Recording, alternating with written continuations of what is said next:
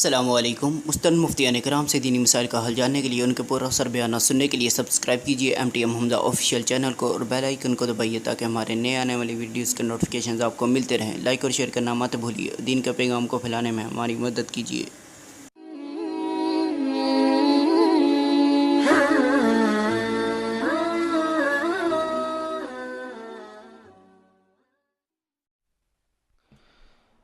بسم اللہ الرحمن الرحیم۔ دنیا بھر سے دیکھنے اور سننے والے تمام ناظرین و سامعین کی خدمت میں السلام علیکم ورحمۃ اللہ وبرکاتہ۔ میں ہوں آپ کا میزبان محمد عبدالودود، اور آج آپ دیکھ رہے ہیں پروگرام عید اسپیشل JTR میڈیا ہاؤس کی خصوصی ٹرانسمیشن، جو اپنے ناظرین و سامعین کے لیے عید کے مسائل اور عید کے حوالے سے جو بھی شرعی رہنمائی ہے اس کو لے کر آپ کی خدمت میں حاضر ہوئی ہے، اور اس میں مفتیان کرام کی ایک ٹیم آج بھی موجود ہوگی ہمارے ساتھ۔ تو آپ حضرات جو بھی سوال اس حوالے سے آپ کے ذہن میں ہوں یا آپ پوچھنا چاہتے ہیں، کوئی بھی تشنگی آپ کے دماغ میں، تو اس حوالے سے آپ سوالات کر سکتے ہیں بالکل، اور اس کا طریقہ بالکل آسان سا ہے کہ آپ JTR میڈیا ہاؤس کے فیس بک پیج پر آنے کے بعد آج کی لائیو ٹرانسمیشن میں کامنٹ بار میں اپنا مسئلہ اردو کی بورڈ میں تحریر کرنے کی کوشش کریں۔ انشاءاللہ آپ کے سوالات کا ضرور جواب دیا جائے گا، لیکن ایک خیال رہے کہ آج صرف عید کے حوالے سے جو بھی رہنمائی آپ کو درکار ہو تو اسی حوالے سے سوالات کیجیے گا، اور دیگر سوالات سے آج گریز فرمائیں، کیونکہ آج کا پروگرام اسپیشل ہے، عید اسپیشل کے نام سے اس کو آپ کی خدمت میں پیش کیا جا رہا ہے۔ ہاں، باقی آج ہمارے ساتھ جو مفتیان کرام موجود ہیں، ان کا تعارف میں آپ حضرات کے سامنے پیش کرتا چلوں۔ سب سے پہلے ہمارے ساتھ موجود ہیں جناب مفتی محمد صاحب دامت برکاتہم۔ آپ شیخ الحدیث و رئیس دارالافتاء ہیں جامعۃ الرشید حسن آباد کراچی کے۔ اسی طرح آپ مرکزی شورا کے اہم رکن ہیں جامعۃ الرشید کراچی کی، اور جامعۃ الرشید کراچی کے اہم ڈپارٹمنٹ فقہ المعاملات المالیہ والاداریہ کے آپ ڈائریکٹر اور مسئول بھی ہیں۔ اور ہم مفتیان کرام سے آپ کے سوالات رکھنے سے پہلے ایک گزارش آپ سے ہمیشہ کی طرح آج بھی دہراتے چلیں کہ اس پلیٹ فارم سے کسی بھی فرقہ وارانہ اور سیاسی نوعیت کے کسی بھی سوال کا جواب نہیں دیا جاتا۔ براہ کرم آپ سنجیدہ سوال کریں اور اس کا مدلل اور مستند جواب حاصل کریں۔ آپ کے سوال کا ضرور آپ کو جواب دیا جائے گا، جو کہ آپ کا حق ہے، اور حق آپ کو ضرور ملے گا انشاءاللہ العزیز۔ مفتی محمد صاحب سے آپ آج کی نشست کا پہلا سوال ہے، اور یہ سوال احمد خٹک صاحب نے پوچھا ہے مفتی صاحب، اور وہ یہ پوچھتے ہیں کہ مسئلہ یہ درپیش ہے کہ دو گاؤں جن کے درمیان تقریباً 5-10 کلومیٹر فاصلہ ہے، ایک میں عید ہے دوسرے میں نہیں ہے۔ اب ایک آدمی اس گاؤں میں ہے جس میں عید نہیں ہے، اس گاؤں میں کسی کے گھر جاتا ہے جس میں عید ہے اور 5 گھنٹے وہاں رہتا ہے، تو اس کے لیے کیا حکم ہے؟ روزہ رکھے یا نہ رکھے؟ یہ سوال کل آپ جواب اس کا دے چکے ہیں، لیکن براہ کرم دوبارہ اس کا جواب بھی نہ ہے۔ جس گاؤں میں عید نہیں ہے وہاں کا آدمی اگر اس گاؤں میں جاتا ہے جس میں عید ہے تو اسے جانا نہیں چاہیے۔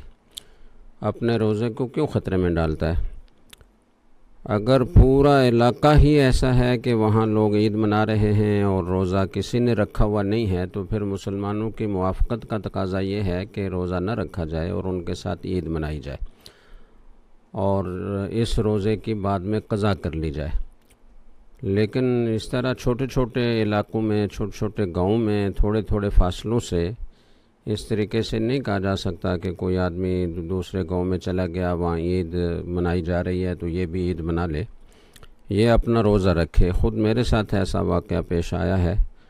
اور میں نے اپنا روزہ برقرار رکھا ہے، چونکہ مرکزی رویت ہلال کمیٹی ہی کے اعلان پر روزہ رکھنا اور عید کرنا لازم ہے شرعاً۔ اگر قاضی غلط شہادت بھی قبول کر لے اور فیصلہ کر لے تو قاضی کا فیصلہ ہی معتبر ہوتا ہے۔ نجی طور پر لوگوں کے جو فیصلے ہیں ان کا شرعاً اعتبار نہیں ہوتا، تو اس لیے اسے اپنا روزہ پورا کرنا چاہیے۔ جی بہت شکریہ مفتی صاحب، اور ہم ناظرین اور سامعین کی خدمت میں ہم معذرت چاہتے ہیں کہ ہم پہلے نہیں، ابتدا میں ہمیں کرنا چاہیے تھا۔ سب سے پہلے تو آپ تمام سننے والے اور دیکھنے والے جو دنیا بھر سے ہمیں دیکھ اور سن رہے ہیں، روزانہ الحمدللہ آپ ہمارے ساتھ جڑتے ہیں، تو آپ سب کو سب سے پہلے تو عید مبارک، اور عید کا چاند چونکہ نظر آ گیا ہے، اور اللہ تعالیٰ عید کی خوشی ہم سب کو نصیب کرے اور اس کو شرعی طریقے سے ہمیں سیلیبریٹ کرنے کی توفیق عطا فرمائے۔ اس کے حوالے سے جو بھی ہم شرعی کوتاہیاں یا نافرمانیاں خداوند تعالیٰ کی کر گزرتے ہیں، اللہ تعالیٰ ان سے ہمیں محفوظ رکھے، اور اس عید کو ہمارے لیے، ہماری زندگی کے لیے سعید اور خوشبخت بنائے، یہی دعا ہے، اور یہی دعا آپ سب کے لیے ہے، ہماری طرف سے، اور آپ سے بھی درخواست ہے کہ آپ ہمیں بھی اپنی دعاؤں میں اسی طرح یاد رکھیے گا۔ اور مفتی محمد صاحب، آپ سے ہم یہی اس حوالے سے بھی ذرا بات کریں گے کہ عید کا چاند الحمدللہ نظر آ گیا ہے، اور بہت تقریباً تمام لوگوں نے، آج تو اتنا واضح تھا چاند کے معتکفین حضرات جو ہیں وہ مغرب کی نماز سے پہلے سب وہ دیکھ چکے تھے، اور ان کو کنفرم ہو گیا تھا کہ ہم نے ابھی جانا ہے۔ ادروائز تو ایسا ہوتا تھا کہ وہ لوگ عشاء کی نماز بھی بعض اوقات آدھی گزر جاتی تھی تب جا کے اس کا اعلان ہوتا تھا۔ آج تو بہت ہی واضح تھا ماشاءاللہ چاند۔ تو اس حوالے سے آپ کچھ رہنمائی دیں۔ ایک تو یہ کہ اس میں یعنی آج یہاں تو اتنا واضح چاند نظر آیا، اور بعض علاقوں میں آج بھی چاند جو ہے وہ وہاں سے یہی خبریں آ رہی تھی کہ چاند نہیں نظر آ رہا، کچھ مطلع برآلود ہے۔ تو اس حوالے سے تھوڑا سا آپ۔ چاند کے نظر آنے یا نہ آنے میں کئی چیزوں کو دخل ہوتا ہے۔ چاند کی عمر کیا ہے، سورج سے اس کا فاصلہ کتنا ہے، زاویہ کیا بنتا ہے، افق سے وہ کتنا اونچا ہے، سورج کے بعد کتنی دیر تک وہ افق پر رہے گا، تو بہت سارے عوامل ہوتے ہیں چاند کے رؤیت میں۔ تو کل چونکہ چاند کی عمر بہت تھوڑی تھی، 12 گھنٹے کا چاند تھا، اور اس کے علاوہ یہ کہ وہ افق سے بہت تھوڑے فاصلے پر تھا، اور سورج کے غروب ہونے کے بعد صرف اس کو 12 منٹ کا وقفہ ملا ہے پشاور وغیرہ کے علاقوں میں۔ تو اتنا جب چاند سورج کے قریب ہو اور افق سے قریب ہو اور اس کی عمر تھوڑی ہو تو وہ قابل رؤیت نہیں ہوتا، تو اس لیے کل چاند نظر نہیں آیا۔ اور اس کے بعد پھر جب 24 گھنٹے مزید گزریں گے تو اس کی عمر ہو جائے گی 36 گھنٹے۔ تو ظاہر ہے کہ 36 گھنٹے میں اور 15 گھنٹے میں 20 گھنٹے میں کافی فرق ہے۔ اگر 15-20 گھنٹے کے بعد چاند قابل رؤیت ہو اور وہ نظر آئے تو وہ بہت باریک ہوگا، اور جب 36 گھنٹے گزر جائیں گے تو اس کا حجم روشن حصہ زیادہ ہو جائے گا، تو وہ بہت واضح نظر آئے گا، سب کو نظر آئے گا۔ اس طرح لوگوں کو غلط فہمی ہو جاتی ہے کہ دوسرے دن بعض اوقات اس کی عمر 40 گھنٹے سے بھی زیادہ ہوتی ہے، اور وہ بہت واضح ہوتا ہے، اس کا روشن حصہ زیادہ ہوتا ہے، اس کا حجم بڑا ہوتا ہے، اور وہ افق سے بھی کافی اونچا ہوتا ہے۔ تو لوگ اسے دیکھ کر یہ سمجھتے ہیں کہ یہ 2 تاریخ کا چاند ہے یا یہ 3 تاریخ کا چاند ہے۔ تو ہماری رؤیت ہلال کمیٹی نے گویا کل چاند دیکھنے میں غفلت کی، اور انہوں نے کل اعلان نہیں کیا، یہ تو کل ہونا چاہیے تھا۔ تو اس کی وجہ یہی ہے کہ جب اس کی عمر زیادہ ہو جاتی ہے تو اس کا حجم بڑا ہو جاتا ہے، اس کا روشن حصہ نمایاں ہو جاتا ہے، تو وہ بہت واضح نظر آتا ہے۔ اسی لیے حدیث میں یہ منع کیا گیا ہے کہ چاند کو دیکھ کر یہ نہ کہا کرو کہ یہ 2 تاریخ کا چاند ہے، یہ 3 تاریخ کا چاند ہے، بلکہ جس دن تم نے چاند دیکھا ہے یہ اسی دن کا چاند ہے۔ اور ایک روایت میں یہ بھی آتا ہے کہ قیامت کی علامات میں سے ایک علامت یہ بھی ہوگی کہ چاند موٹے نظر آئیں گے۔ تو اس لیے اس غلط فہمی میں نہیں پڑنا چاہیے کہ آج چاند بہت زیادہ واضح تھا تو یہ یقیناً 2 تاریخ کا ہے، ایسا نہیں ہے۔ جی بہت بہت شکریہ مفتی صاحب۔ اور ناظرین، آپ نے سنا ہے کہ مفتی صاحب فرما رہے تھے کہ حدیث مبارکہ میں اس بات سے ممانعت وارد ہوئی ہے کہ آپ جب بھی چاند دیکھیں تو آپ کو اگر اس کے سائز میں تو وضاحت معلوم ہو، یا آپ کو لگے کہ یہ سائز میں کافی بڑا ہے اور اس کا یہ نظر آنے میں بہت واضح ہے، تو اس کا مطلب یہ نہیں سمجھنا چاہیے کبھی بھی کہ یہ چاند جو ہے وہ 2 تاریخ کا ہے، بلکہ حدیث میں یہی آیا ہے کہ جس دن آپ نے چاند دیکھا ہے وہ اسی تاریخ کا چاند ہے۔ تو اگر آج جن حضرات نے چاند دیکھا ہے تو یقیناً وہ پہلی ہی تاریخ کا چاند ہے، جسی تفصیل مفتی صاحب فرما رہے تھے۔ مفتی صاحب، میں آپ ہی سے ایک سوال اور لوں گا، لائیو سوال ہے، اور یہ سوال ہم سے پوچھ رہے ہیں ثاقب خان صاحب ڈیرہ غازی خان سے، کہ نماز عید کا طریقہ تھوڑا سا مختصراً بتا دیں۔ نماز عید کا طریقہ یہ ہے کہ جب آپ نماز عید کے لیے کھڑے ہوں تو نماز عید کی سب سے پہلے نیت کریں، اور نیت کے سلسلے میں لوگ بہت پریشان ہوتے ہیں۔ صرف اتنی نیت کافی ہے، دل میں اس کا استحضار کافی ہے کہ میں 2 رکعت نماز عید الفطر کی پڑھ رہا ہوں جو واجب ہے، اور اس کے بعد پھر آپ ثنا پڑھیں گے، اور ثنا پڑھنے کے بعد آپ 3 زائد تکبیرات کہیں گے اور پھر قرات کریں گے، اور قرات کرنے کے بعد پھر آپ حسب معمول رکوع میں جائیں گے، اور رکوع کے بعد پھر آپ 2 سجدے کریں گے، پھر دوسری رکعت کے لیے کھڑے ہوں گے اور قرات کریں گے۔ پہلے قرات ہوگی اور زائد تکبیرات قرات کے آخر میں رکوع میں جانے سے پہلے کہی جائیں گی۔ تو پہلی رکعت میں جو 3 تکبیرات آپ قرات سے پہلے کریں گے ثنا پڑھنے کے بعد، تو اس میں پہلی تکبیر کے بعد ہاتھ چھوڑ دیں گے، دوسری تکبیر کے بعد ہاتھ چھوڑ دیں گے، تیسری تکبیر کہہ کر آپ ہاتھ باندھ لیں گے، اور اسی طریقے سے دوسری رکعت میں رکوع سے پہلے جو 3 زائد تکبیرات آپ کہیں گے تو پہلی تکبیر کہہ کر آپ چھوڑ دیں گے ہاتھ، دوسری تکبیر کہہ کر چھوڑ دیں گے، تیسری تکبیر کہہ کر بھی چھوڑ دیں گے، اور چوتھی تکبیر کہتے ہوئے آپ رکوع میں چلے جائیں گے، اور اس کے بعد پھر معمول کے مطابق آپ 2 سجدے کریں گے، پھر قاعدہ کر کے اسلام پھیر دیں گے، بس یہ طریقہ ہے۔ جی بہت شکریہ مفتی صاحب۔ اور آج کے ہمارے اس نشست کے دوسرے مہمان ہیں، معزز مہمان ہیں جناب مفتی فیصل احمد صاحب دامت برکاتہم، تشریف فرما ہیں، ہمارے ساتھ موجود ہیں، اور سب سے پہلے تو ہم ان کا شکریہ ادا کرتے ہیں، انہوں نے وقت نکالا، اپنا قیمتی وقت ہمارے لیے انہوں نے عنایت فرمایا ہے۔ اور آپ جامعۃ الرشید کے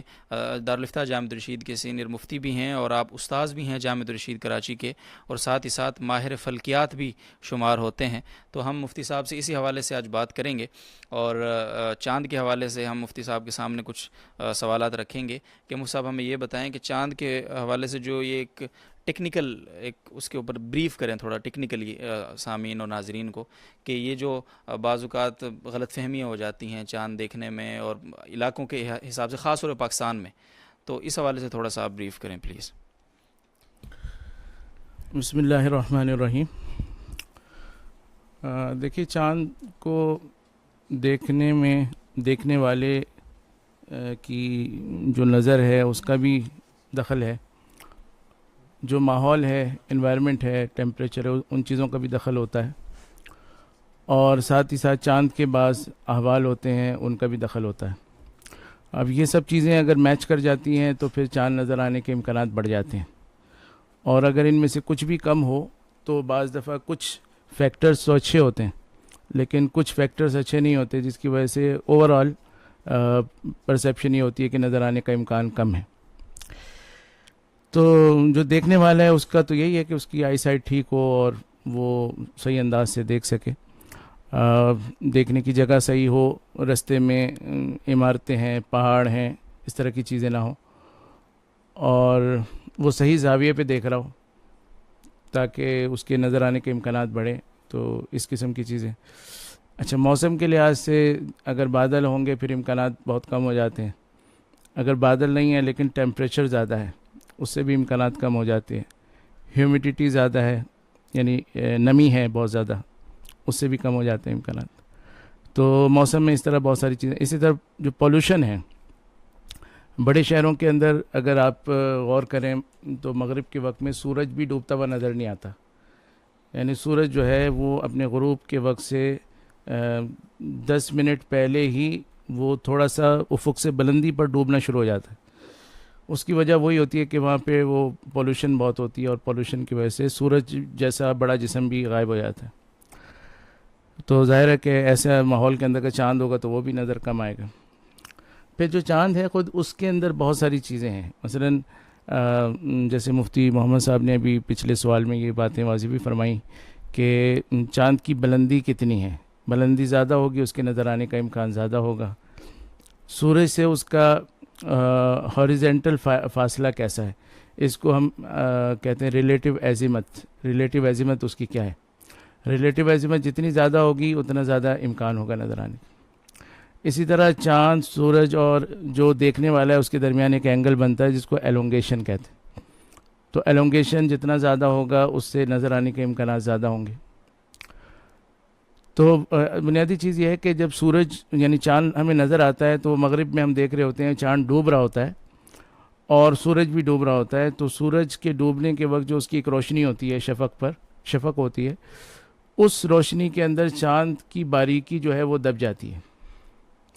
تو اب جتنا وہ بلند ہوگا، جتنا وہ اس کا سورج سے فاصلہ ہاریزنٹلی زیادہ ہوگا،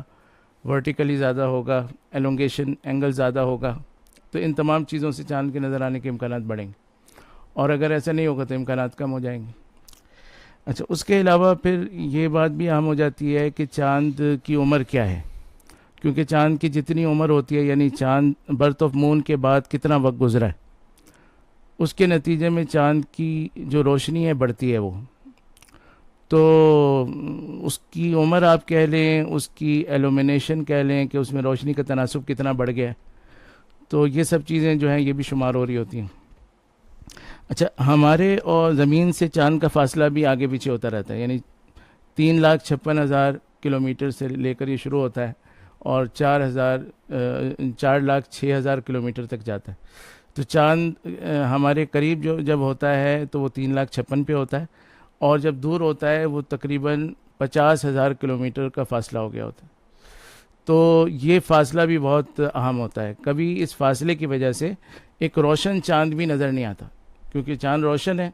اس کی عمر بھی اچھی ہے، لیکن وہ ہم سے بہت فاصلے پر ہے، اور فاصلے میں ہونے کی وجہ سے اس کی روشنی ہمیں نمایاں نظر نہیں آتی. تو خیر اس تمام بات کا حاصل یہ ہے کہ چاند کو کسی ایک فیکٹر پہ نہیں تولنا چاہیے.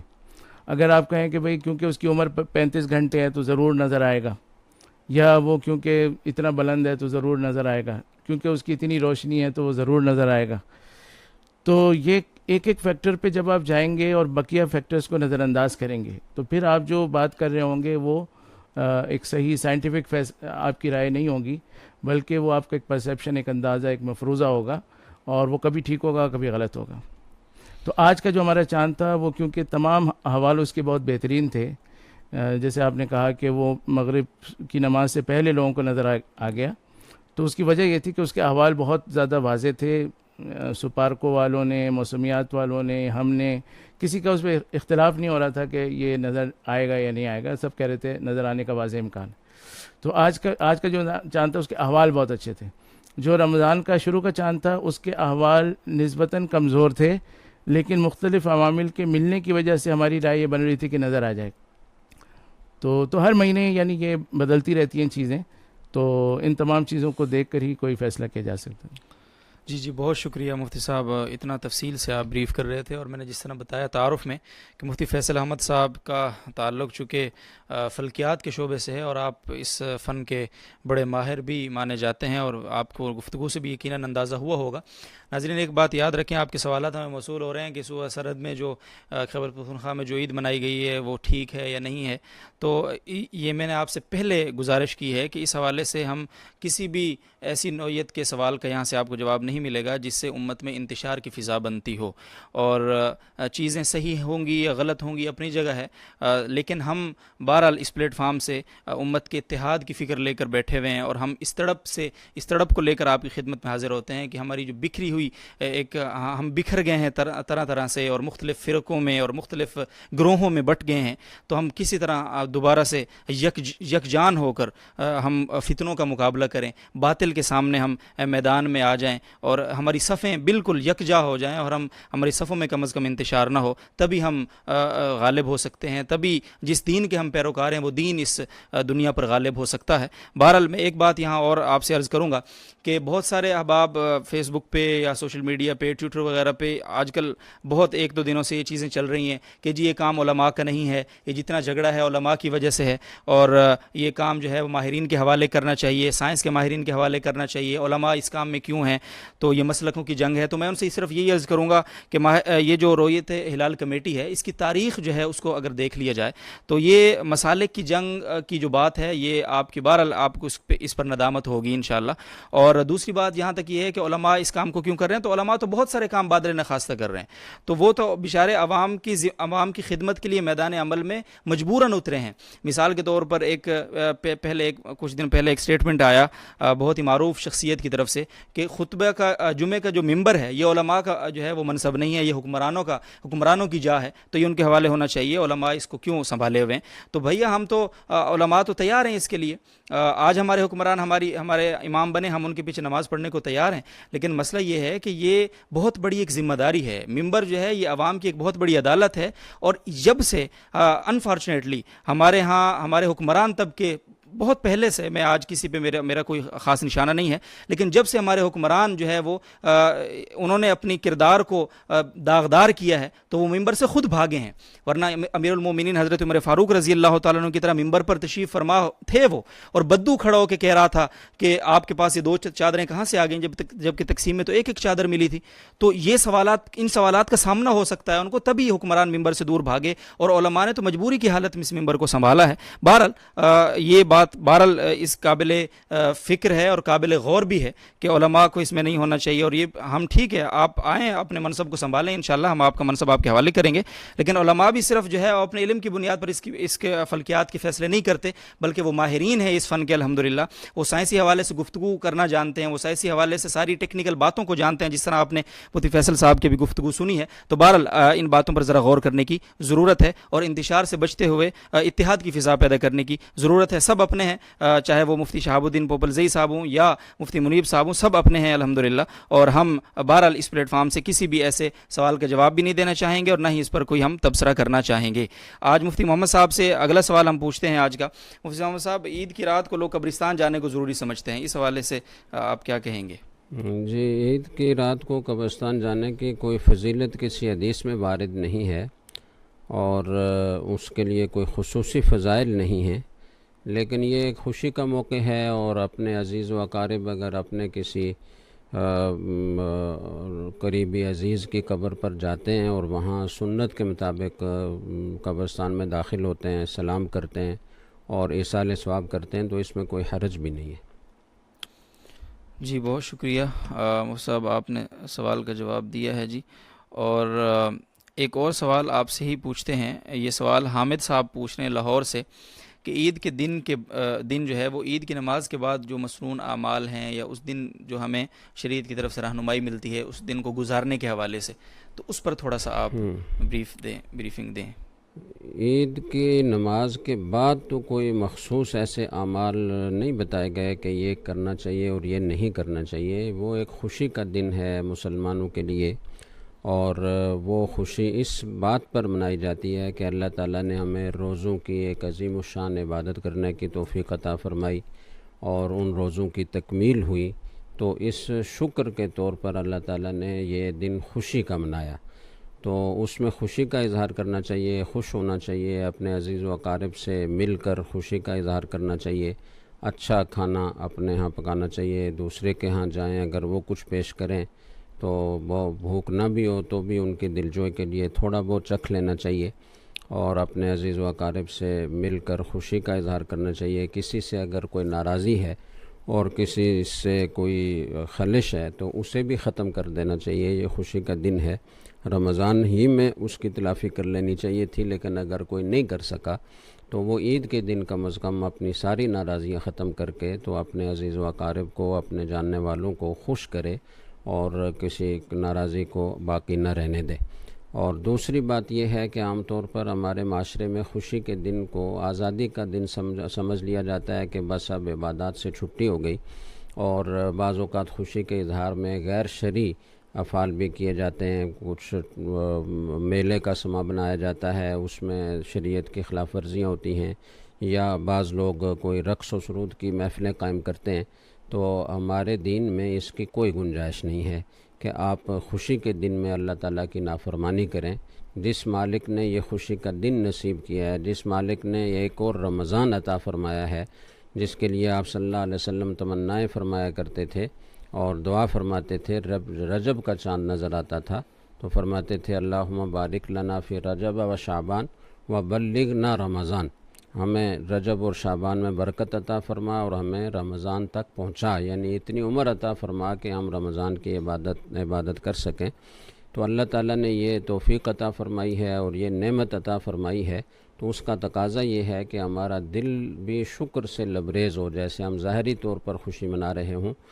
جائز حدود میں رہتے ہوئے، تو ایسے ہی ہمارا دل خوشی سے لبریز ہو۔ تو اس خوشی کے دن میں جس مالک نے خوشی عطا کی ہے اس کی نافرمانی نہیں ہونی چاہیے، نمازیں ضائع نہیں ہونی چاہیے، جماعت نہیں چھوٹنی چاہیے، ان چیزوں کا خیال رکھا جائے۔ بہت شکریہ مفتی صاحب۔ ایک سوال اور یہاں آپ سے ہم پوچھیں گے جی، اور وہ سوال لائیو سوال ہے۔ عامر حسین صاحب پوچھتے ہیں کہ عید والے دن جو لوگ عید نماز پڑھنے کے بعد معانقہ وغیرہ آپس میں کرتے ہیں، مسجد میں ہوں یا گھر میں، تو اس کا کیا حکم ہے شرعی؟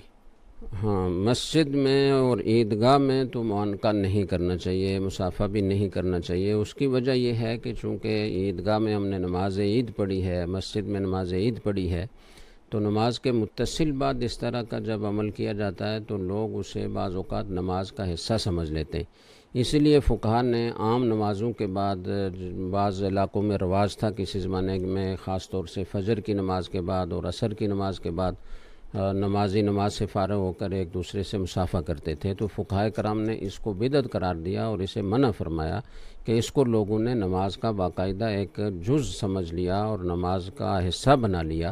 جبکہ ظاہر ہے کہ یہ نماز کا حصہ نہیں ہے اور نماز کا جز نہیں ہے۔ اگر کوئی کسی سے مصافحہ نہ کرے تو اس کی نماز میں کسی طرح کا کوئی نقص نہیں ہے۔ تو اسی طریقے سے عید کی نماز کے فوراً بعد عیدگاہ میں یا مسجد میں اگر مصافحہ کیا جائے گا، معانقہ کیا جائے گا، تو اس کو لوگ سنت سمجھ لیں گے اور نماز کا حصہ سمجھ لیں گے، تو اس لیے وہاں منع کیا جاتا ہے۔ عیدگاہ سے نکلنے کے بعد، مسجد سے نکلنے کے بعد، ویسے تو اس کا کوئی ثبوت نہیں ہے کہ آپ صلی اللہ علیہ وسلم یا صحابہ کرام رضی اللہ تعالیٰ عنہم آپس میں معانقہ کرتے تھے یا مصافحہ کرتے تھے، لیکن یہ منع بھی نہیں ہے۔ اگر کوئی اس کو سنت اور ثواب کی چیز خصوصی طور پر اس دن کے لیے نہ سمجھے اور ویسے خوشی کے اظہار کے لیے، جیسے دو آدمی بیٹھے ہوتے ہیں، کوئی بات چیت کر رہے ہوتے ہیں، کوئی خوشی کی خبر آتی ہے تو وہ ایک دوسرے کے ہاتھ پر ہاتھ مارتے ہیں یا مصافحہ کرتے ہیں، تو اسی طریقے سے یہ خوشی کا دن ہے، تو خوشی کے اظہار کے لیے اگر کوئی آپس میں مصافحہ کر لیتا ہے یا معانقہ کر لیتا ہے تو یہ منع نہیں ہے، لیکن اس کو نماز کا حصہ نہ بنایا جائے۔ جی بہت بہت شکریہ مفتی صاحب۔ مفتی فیصل احمد صاحب ہمارے ساتھ موجود ہیں، ان کی طرف بڑھتے ہیں اور ان سے ہم یہی جاننا چاہیں گے، اس حوالے سے تھوڑی سی بریفنگ لیں گے۔ مفتی صاحب، یہ جو ایک تاثر ہے عام طور پر کہ علماء جو ہیں وہ فلکیات کے حوالے سے کچھ نہیں جانتے، اور فلکیات کو شعبہ ان کے حوالے کرنا یہ درست نہیں ہے، جبکہ ہم تو ابھی ظاہر آپ کے شاگردوں میں ہیں، اور ہم تو اپنے اداروں میں، اپنے ادارے اس جامعۃ الرشید میں دیکھتے ہیں یا دیگر اداروں میں علماء کرام کی تصانیف اس موضوع پر، تو الحمدللہ ہم تو ان کو پڑھ پڑھ کر انگشت بدندار رہتے ہیں کہ اتنی خدمات فلکیات کے حوالے سے علماء کی۔ تو آپ ذرا اس میں بہتر انداز سے ناظرین و سامعین کو بریف کریں ذرا کہ علماء کی کیا خدمات ہیں اس حوالے سے، اور وہ کیا اس فن کو جانتے ہیں یا نہیں جانتے۔ دیکھیے، علماء کرام کا اصل منصب تو یہ ہے کہ وہ شریعت کے بارے میں رہنمائی کریں لوگوں کو، لیکن شریعت کی جو رہنمائی ہوتی ہے وہ ظاہر ہے کہ دنیا کے معاملات پر اور دنیا کی جو چیزیں ہیں انہی کے حوالے سے ہوتی ہے۔ یعنی کوئی شخص پوچھے گا کہ ہم نے جو خرید و فروخت کی ہے ٹھیک ہے یا نہیں، تو علماء کو وہ خرید و فروخت پہلے سے پتہ ہوگی، سمجھ میں آئے گی، پھر اس کے بعد وہ اس کا کوئی شرعی حکم بتائیں گے۔ تو اسی طریقے سے فلکیات، جس کو ہم ایسٹرونومی کہتے ہیں، ایک ایسٹرولوجی ہوتا ہے، ایک ایسٹرونومی ہوتا ہے۔ ایسٹرولوجی جو ہے وہ تو علم نجوم ہے، وہ تو منع ہے شریعت میں، لیکن ایسٹرونومی جو ہے وہ زمین اور اس کے آس پاس کے جو اجرام فلکیاں ہیں، جو سیلسٹل باڈیز ہیں، تو ان کے درمیان جو تعلقات ہیں، جو ان کے درمیان مختلف قسم کے معاملات ہیں، جیسے سورج ہمارے گرد زمین دن اور رات کا باعث بن رہا ہے، موسموں کی تبدیلی کا باعث بن رہا ہے، اسی طرح چاند ہے وہ مہینوں کی تبدیلی کا باعث بن رہا ہے، تو یہ سب چیزیں یہ فلکیات کا حصہ ہوتی ہیں۔ تو اس میں بہت وسعت ہے فلکیات کے علم کے اندر۔ علماء صرف اس حصے سے تعلق رکھتے ہیں اور اس حصے کو پڑھتے پڑھاتے ہیں اور اس حصے کو سمجھتے ہیں جس کا جو مذہبی عبادات ہیں یا مذہبی چیزیں ان پہ اثر پڑتا ہے۔ مثلا ہمیں نمازوں کے اوقات کے نقشے چاہیے،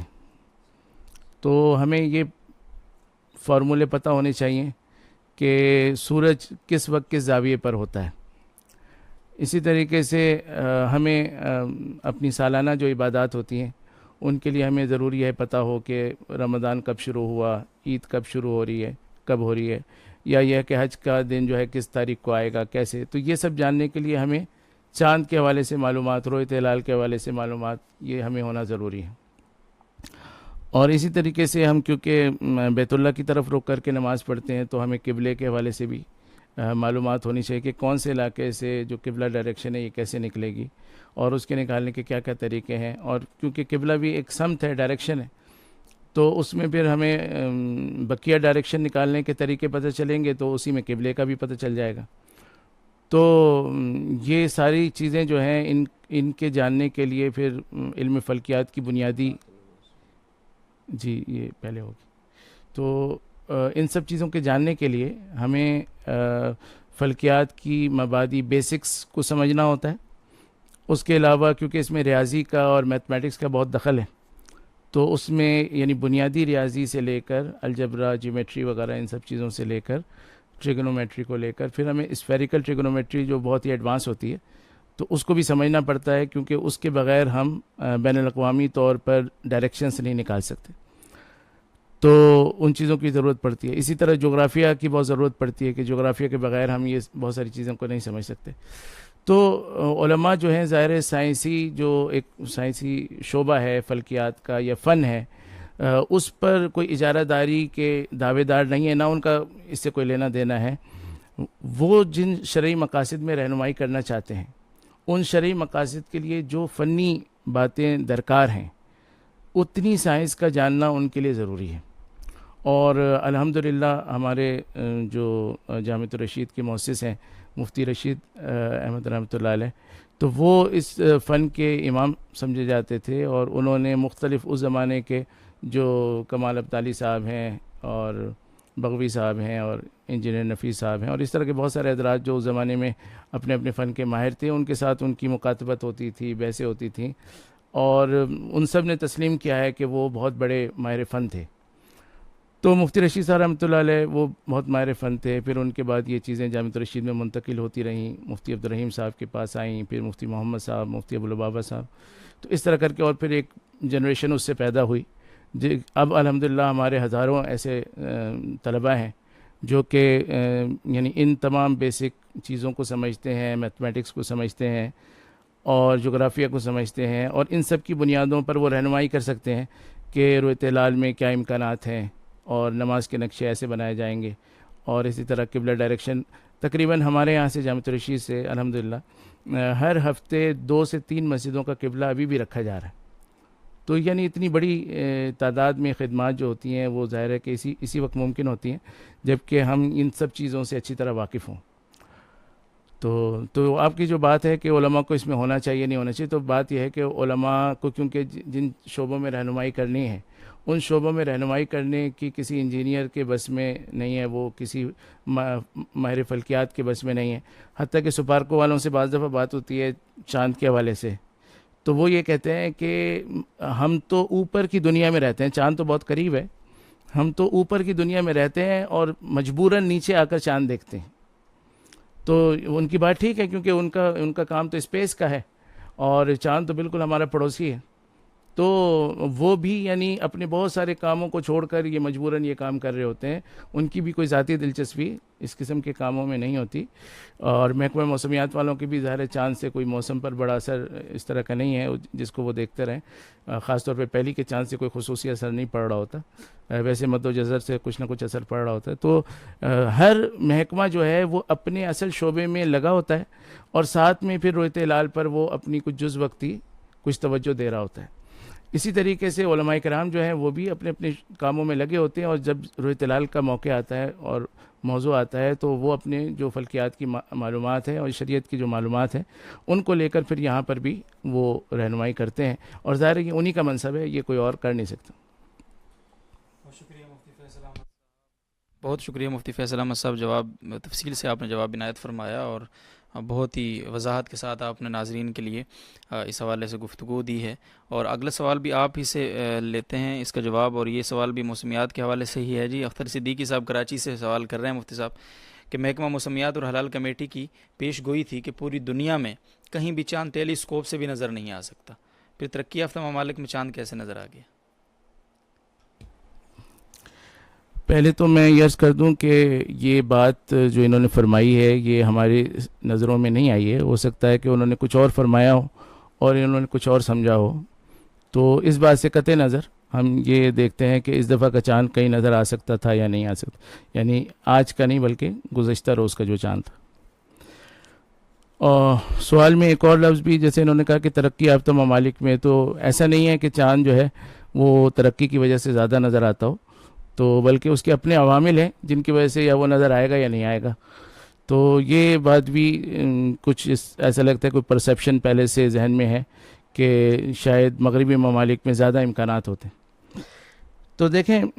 چاند کے نظر آنے کا امکان کی جو گزشتہ جو چاند تھا، جو کہ مفتی محمد صاحب نے بھی فرمایا کہ یہ صرف 12 گھنٹے کا چاند تھا پشاور کے حوالے سے، اور اس نے غالباً 10-12 منٹ کے اندر جو ہے اس نے ڈوب جانا تھا. تو اس کے نظر آنے کے امکانات بہت کم تھے. لیکن بالکل جب آپ ویسٹ میں جائیں گے جہاں پر جیسے ہمارا اور نیو یارک کا مثلا 10 گھنٹے کا فرق ہے, تو 10 گھنٹے یا اور آگے اگر امریکہ میں چلے جائیں تو 12 گھنٹے کا فرق بھی پڑ سکتا ہے. تو 10-12 گھنٹے کا جو جب فرق پڑ رہا ہے تو اس کا مطلب ہے کہ چاند کی عمر میں اتنے گھنٹوں کا اضافہ ہو گیا. تو مغرب میں جب یہ چاند نظر آئے گا تو یہ 12 گھنٹے والا چاند نہیں ہوگا بلکہ یہ 22 گھنٹے والا چاند ہوگا. تو اس بات کے امکانات بہرحال بڑھتے ہیں کہ وہاں پہ یہ نظر آ سکے.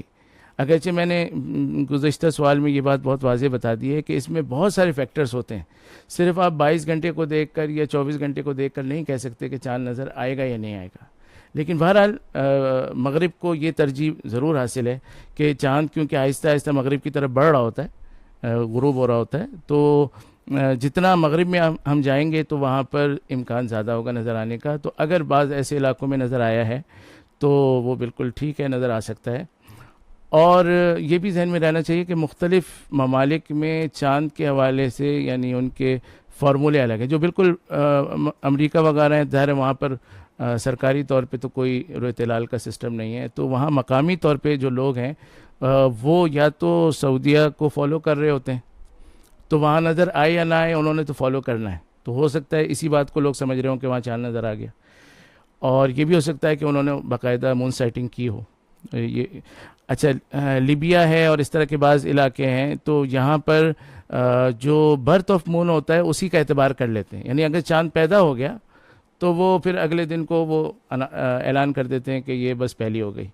تو اس اعلان کو ہو سکتا ہے کچھ لوگ یہ سمجھ رہے ہوں کہ چاند نظر آ گیا, حالانکہ وہ تو چاند دیکھنے کے قائل ہی نہیں ہیں, بلکہ وہ برتھ آف مون کے بعد فوراً اعلان کر رہے ہیں. تو مختلف دنیا کے اندر مختلف ممالک میں اس طرح کے اعلانات ہو سکتے ہیں. ان اعلانات کو یہ نہیں سمجھنا چاہیے کہ وہاں پہ آ گیا نظر اور یہاں پہ تو کہہ رہے تھے کہ نظر نہیں آئے گا. تو سب چیزوں کو دیکھنا چاہیے, اور سب چیزوں کو دیکھنے کے بعد بات کو سمجھ کر ہم کوئی اس پر کوئی رائے دے سکتے ہیں. جی بہت شکریہ مفتی فیصل احمد صاحب. چاند کے حوالے سے اور رؤیت ہلال کے حوالے سے بہت ہی تفصیل سے آپ نے وضاحتیں بیان فرما دی ہیں ماشاءاللہ. اگلا سوال ہے مفتی محمد صاحب دامت برکاتہم کی خدمت میں رکھتے ہیں. شمس الرحمان صاحب ہیں تھل خیبر پختونخوا سے سوال کرتے ہیں. وہ یہ پوچھتے ہیں جی کہ سارے علماء حضرات ایک پلیٹ فارم پر جمع کیوں نہیں ہوتے, حالانکہ پختونخوا والے بھی علماء ہیں اور باقی صوبوں والے بھی علماء ہیں. یہ تو ہماری بھی بہت تمنا ہے کہ سارے اکٹھے ہو جائیں اور ایک پلیٹ فارم پر جمع ہو کر اس موضوع پر گفتگو کریں اور دلائل کے ساتھ ایک دوسرے کی بات سنیں اور اس کو سمجھنے کی کوشش کریں. اور جب بھی ایسا ہو جائے گا تو انشاءاللہ اس میں بہتری پیدا ہوگی اور اختلاف کم سے کم ہوگا, اور ایک وقت ایسا بھی آئے گا انشاءاللہ کہ اختلاف ختم ہو جائے گا. باقی بہت ساری تمنائیں ایسی ہوتی ہیں کہ وہ دنیا میں پوری نہیں ہوتی. تو آپ بھی دعا کریں اور آپ بھی کوشش کریں, ہم بھی کوشش میں لگے ہوئے ہیں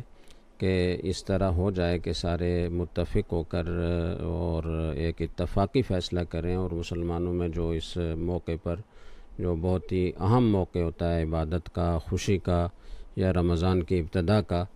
تو اس میں اختلاف اور انتشار نہ ہو اور ایک ہی فیصلہ پورے ملک میں ہو. اس کے لیے میں نے پہلے ایک نشست میں یہ عرض کیا تھا کہ ہمیں ضروری ہے کہ جو علاقے جہاں سے چاند نظر آنے کا اعلان ہوتا ہے ایک دن پہلے, وہ بھی پورا خیبر پختونخوا نہیں ہے. خیبر پختونخوا کے کچھ مخصوص علاقے ہیں جہاں چاند کا اعلان ہوتا ہے, جیسے مردان ہے, کوہاٹ ہے, بنو ہے, وزیرستان ہے. تو یہ چند علاقے ہیں جہاں لوگ چاند کا پہلے اعلان کرتے ہیں, ورنہ خود پختونخوا میں بہت سارے علاقے ایسے ہیں کہ جہاں چاند کا اعلان پہلے نہیں ہوتا, بلکہ رؤیت ہلال کمیٹی کے فیصلے پر ہی لوگ رمضان کی ابتدا کرتے ہیں اور عید مناتے ہیں. اس میں آپ دیکھ لیں تو خود سوات ہے, اسی طرح پشاور کے کچھ علاقے ہیں, ہری پور ہے, ایبٹ آباد ہے, مانسیرہ ہے, آگے بٹگرام ہے, الائی ہے, پھر کوہستان کا بہت بڑا علاقہ ہے, پھر آگے گلگت, چترال, اسکردو ہے. تو ان سب میں رؤیت ہلال کمیٹی کے فیصلے کے مطابق ہی روزہ اور عید کی جاتی ہے. تو یہ چند علاقے ہیں جہاں یہ مسئلہ ہے. تو اس کے لیے ہونا یہ چاہیے کہ ان علاقوں میں جو ماہرین فلکیات ہیں، جس میں الحمدللہ یہاں جامعۃ الرشید کے اساتذہ کی اور فضلاء کی ایک بڑی تعداد ہے جو اس موضوع پر اچھی دسترس رکھتی ہے، تو ان علاقوں میں اس طرح کے آگاہی کورسز کروائے جائیں جہاں بنیادی معلومات اس سلسلے میں فراہم کی جائیں، اور جو لوگوں کے ذہنوں میں غلط فہمیاں ہیں ان کو دور کیا جائے، اور آہستہ آہستہ جب ان کی آگاہی اس سلسلے میں بڑھے گی اور جو غلط فہمیاں ہیں وہ دور ہوں گی۔ ان غلط فہمیوں میں ایک بڑی غلط فہمی یہ ہے کہ لوگ یہ سمجھتے ہیں کہ یہ حکومتی ادارہ ہے اور حکومتی اداروں پر تو اعتماد نہیں کیا جا سکتا، چونکہ باقی سارے اداروں میں حکومت کے جو کارنامے ہیں یا اس کا جو کردار ہے وہ کوئی مثالی نہیں ہے، تو یہ بھی ایک حکومتی ادارہ ہے، لہٰذا ہم اپنے دینی احکام کے بارے میں اس پر اعتماد کیوں کریں۔ لیکن واقعہ یہ ہے کہ یہ حکومتی ادارہ نہیں ہے، بلکہ اس طرح کا اختلاف انتشار جب بہت زیادہ بڑھ گیا تو ہمارے اکابر علماء نے، جس میں سب مسالک کے چوٹی کے اکابر علماء شامل تھے اور جس میں دیوبندی حضرات بھی تھے، حضرت مولانا خیر محمد صاحب رحمہ اللہ تعالیٰ، حضرت مفتی محمد شفیع صاحب رحمہ اللہ تعالیٰ، اور مفتی اعظم پاکستان حضرت مولانا یوسف بن نوری رحمہ اللہ تعالیٰ، اور اسی طریقے سے حضرت مولانا ظفر احمد عثمانی رحمۃ اللہ علیہ، اسی طرح مولانا احتشام الحق تھانوی رحمۃ اللہ علیہ، ہمارے استاذ اور شیخ مفتی اعظم حضرت مفتی رشید احمد صاحب رحمہ اللہ تعالیٰ جو اس فن کے امام تھے، یہ سب حضرات دیوبندی مکتب فکر سے اس میں شامل تھے، جنہوں نے یہ مطالبہ کیا تھا کہ یہ جو اختلاف اور انتشار ہو رہا ہے اس کو دور کرنے کے لیے سب مسالک کے اکابر علماء جمع ہوں اور وہ اس مسئلے پر غور کریں، اور ان کی ہدایات اور ان کی رہنمائی میں یہ کمیٹی قائم کی گئی، اور اس وقت سے یہ اجتماعی طور پر چاند دیکھنے کا یہ سلسلہ شروع ہوا، اور بہت عرصے تک رؤیت ہلال کمیٹی کی چیئرمین-شپ دیوبندی علماء کے پاس رہی۔ اس میں حضرت مفتی رفیع عثمانی صاحب، حضرت مولانا عبداللہ شہید رحمۃ اللہ علیہ، حضرت مولانا حسن جان رحمۃ اللہ علیہ اور علماء رہے ہیں۔ تو یہ کوئی دیوبندی بریلوی کا جھگڑا نہیں ہے، لوگوں نے ناواقفیت کی بنا پر اس کو دیوبندی بریلوی کا جھگڑا سمجھ لیا ہے، ایسا ہے نہیں۔ تو ان اختلافات کو ختم کرنے کے لیے ہی علماء کرام نے یہ کمیٹی بنوائی تھی اور اس کا طریقہ کار وضع کیا تھا، اس کے لیے ہدایات جاری کی تھیں، اس کے لیے اصول وضع کیے تھے۔ انہی اصول کی روشنی میں اس وقت سے اب تک یہ کمیٹی کام کر رہی ہے، اور جہاں تک ہماری معلومات ہیں وہ صحیح کام کر رہی ہے۔ کبھی کبھار غلطی انسان سے ہوتی ہے، غلطی ان سے بھی ہو سکتی ہے، لیکن ایسا نہیں ہے کہ یہ کوئی بریلوی دیوبندی جھگڑا ہو۔ تو میں یہ سمجھتا ہوں کہ اس طرح کے آگاہی کورسز کروائے جائیں، اور جو غلط فہمیاں لوگوں کے ذہنوں میں پائی جاتی ہیں، جیسے مفتی فیصل صاحب نے بہت ساری تفصیلات بیان کی ہیں کہ لوگوں کو یہ خیال ہوتا ہے کہ فلاں جگہ نظر آ گیا تو یہاں کیوں نظر نہیں آیا، وہاں نظر آ گیا تو یہاں کیوں نظر نہیں آیا۔ بات یہ ہے کہ مغرب میں جتنا آپ آگے چلتے چلے جائیں گے تو چاند کی عمر بڑھتی چلی جائے گی، چونکہ اوقات کا فرق ہے، وہ 10 گھنٹے 12 گھنٹے بعض اوقات اس سے بھی زیادہ ہوتا ہے۔ تو جتنا آپ مغرب کی طرف بڑھتے جائیں گے چاند کی عمر زیادہ ہوتی جائے گی اور وہ نظر آتا جائے گا، اور اس کے نظر آنے کے امکانات زیادہ ہوتے جائیں گے۔ وہ ہمارے ہاں سے ایک دن پہلے نظر آ سکتا ہے۔ اور دوسری بات، جیسے مولانا فیصل صاحب نے فرمایا کہ کئی جگہوں پر تو چاند کی جو ولادت ہے اس پر مدار رکھا جاتا ہے اور اعلان کر دیا جاتا ہے، تو اس کو لوگ بعضوں کا رؤیت ہلال کا اعلان سمجھتے ہیں، حالانکہ وہ رؤیت ہلال کا اعلان ہوتا ہی نہیں ہے۔ تو اس طرح کی غلط فہمیاں جو عوام میں پائی جاتی ہیں، بلکہ جو اس فن سے ناواقف علماء ہیں ان میں بھی پائی جاتی ہیں، تو وہ غلط فہمیاں دور ہوں گی تو امید ہے کہ انشاءاللہ اتفاق کی طرف ہم بڑھیں گے۔ جی بہت بہت شکریہ مفتی محمد صاحب، اتنی تفصیل سے اس فکر انگیز موضوع پر گفتگو فرما رہے تھے اور اپنی فکر کا اظہار کر رہے تھے۔ ناظرین، اللہ تعالیٰ سے ہم بھی دعا گو ہیں کہ اللہ تعالیٰ اس جو یہ انتشار ہے اس سے ہمیں بچا کر اور واعتصموا بحبل اللہ کا عملی نمونہ بن جانے کی توفیق مرحمت فرمائے۔ مفتی فیصل صاحب کی طرف جاؤں گا اور ان سے میں یہ ایک سوال ان کے سامنے رکھنا چاہوں گا۔ مفتی صاحب ذرا یہ بتائیں کہ یہ جو ایک اختلاف و انتشار کی فضا ہے، آپ کیا سمجھتے ہیں کہ اس سے بحیثیت قوم ہمیں تقسیم کرنے کی کوئی بیرونی یا مطلب ایسی کوئی سازش نہیں کہ علماء کو آپس میں لڑا دیا جائے، پھر عوام کو آپس میں توڑ دیا جائے؟ اب دیکھیں نا جی کہ خیبر پختونخوا کے بھی، میں نے آج ایک ہم سوشل میڈیا پہ ایک میں نے پوسٹ کی تو میں نے کہا جی خیبر پختونخوا کے تمام لوگوں کو عید مبارک، تو نیچے لوگوں نے کمنٹ کیا، انہوں نے کہا جی ہم تو ایبٹ آباد کے، ہمیں عید مبارک کیوں دے رہے ہیں، ہم بھی تو خیبر پختونخوا کے لوگ ہیں، ہماری عید نہیں ہے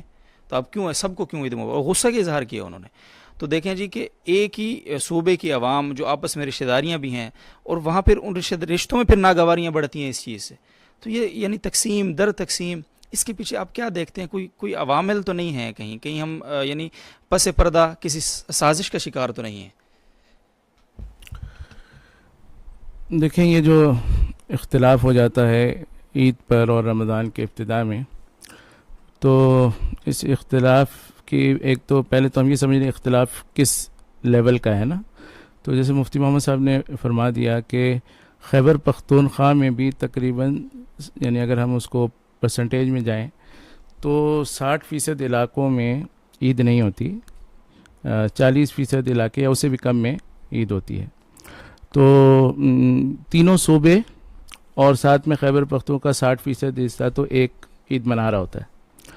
اور بہت تھوڑے سے علاقے جو رہ جاتے ہیں، پشاور کا کچھ حصہ ہے اور یہ مردان ہے، سوابی ہے، چار سدہ ہے، وزیرستان کے کچھ علاقے، یہ وہ علاقہ ہے جہاں پر اس قسم کے اعلانات ہو جاتے ہیں. اور تو پہلے تو یہ سمجھے کہ یہ یعنی ایسا اختلاف نہیں ہے جس طرح اس کو میڈیا میں پیش کیا جاتا ہے کہ یعنی بالکل پورے ملک میں انتشار ہے، پورے ملک میں 2 عیدیں ہو رہی ہیں. تو کچھ بہت تھوڑے سے لوگ کچھ ایک الگ کام کر رہے ہیں اور اکثر لوگ جو ہیں وہ ایک ہی چیز کر رہے ہیں. لیکن جب میڈیا میں یہ چیز اٹھتی ہے تو پھر اس سے ایک تاثر مختلف قسم کا، جی تینوں صوبے اور چوتھے صوبے کا 60% حصہ.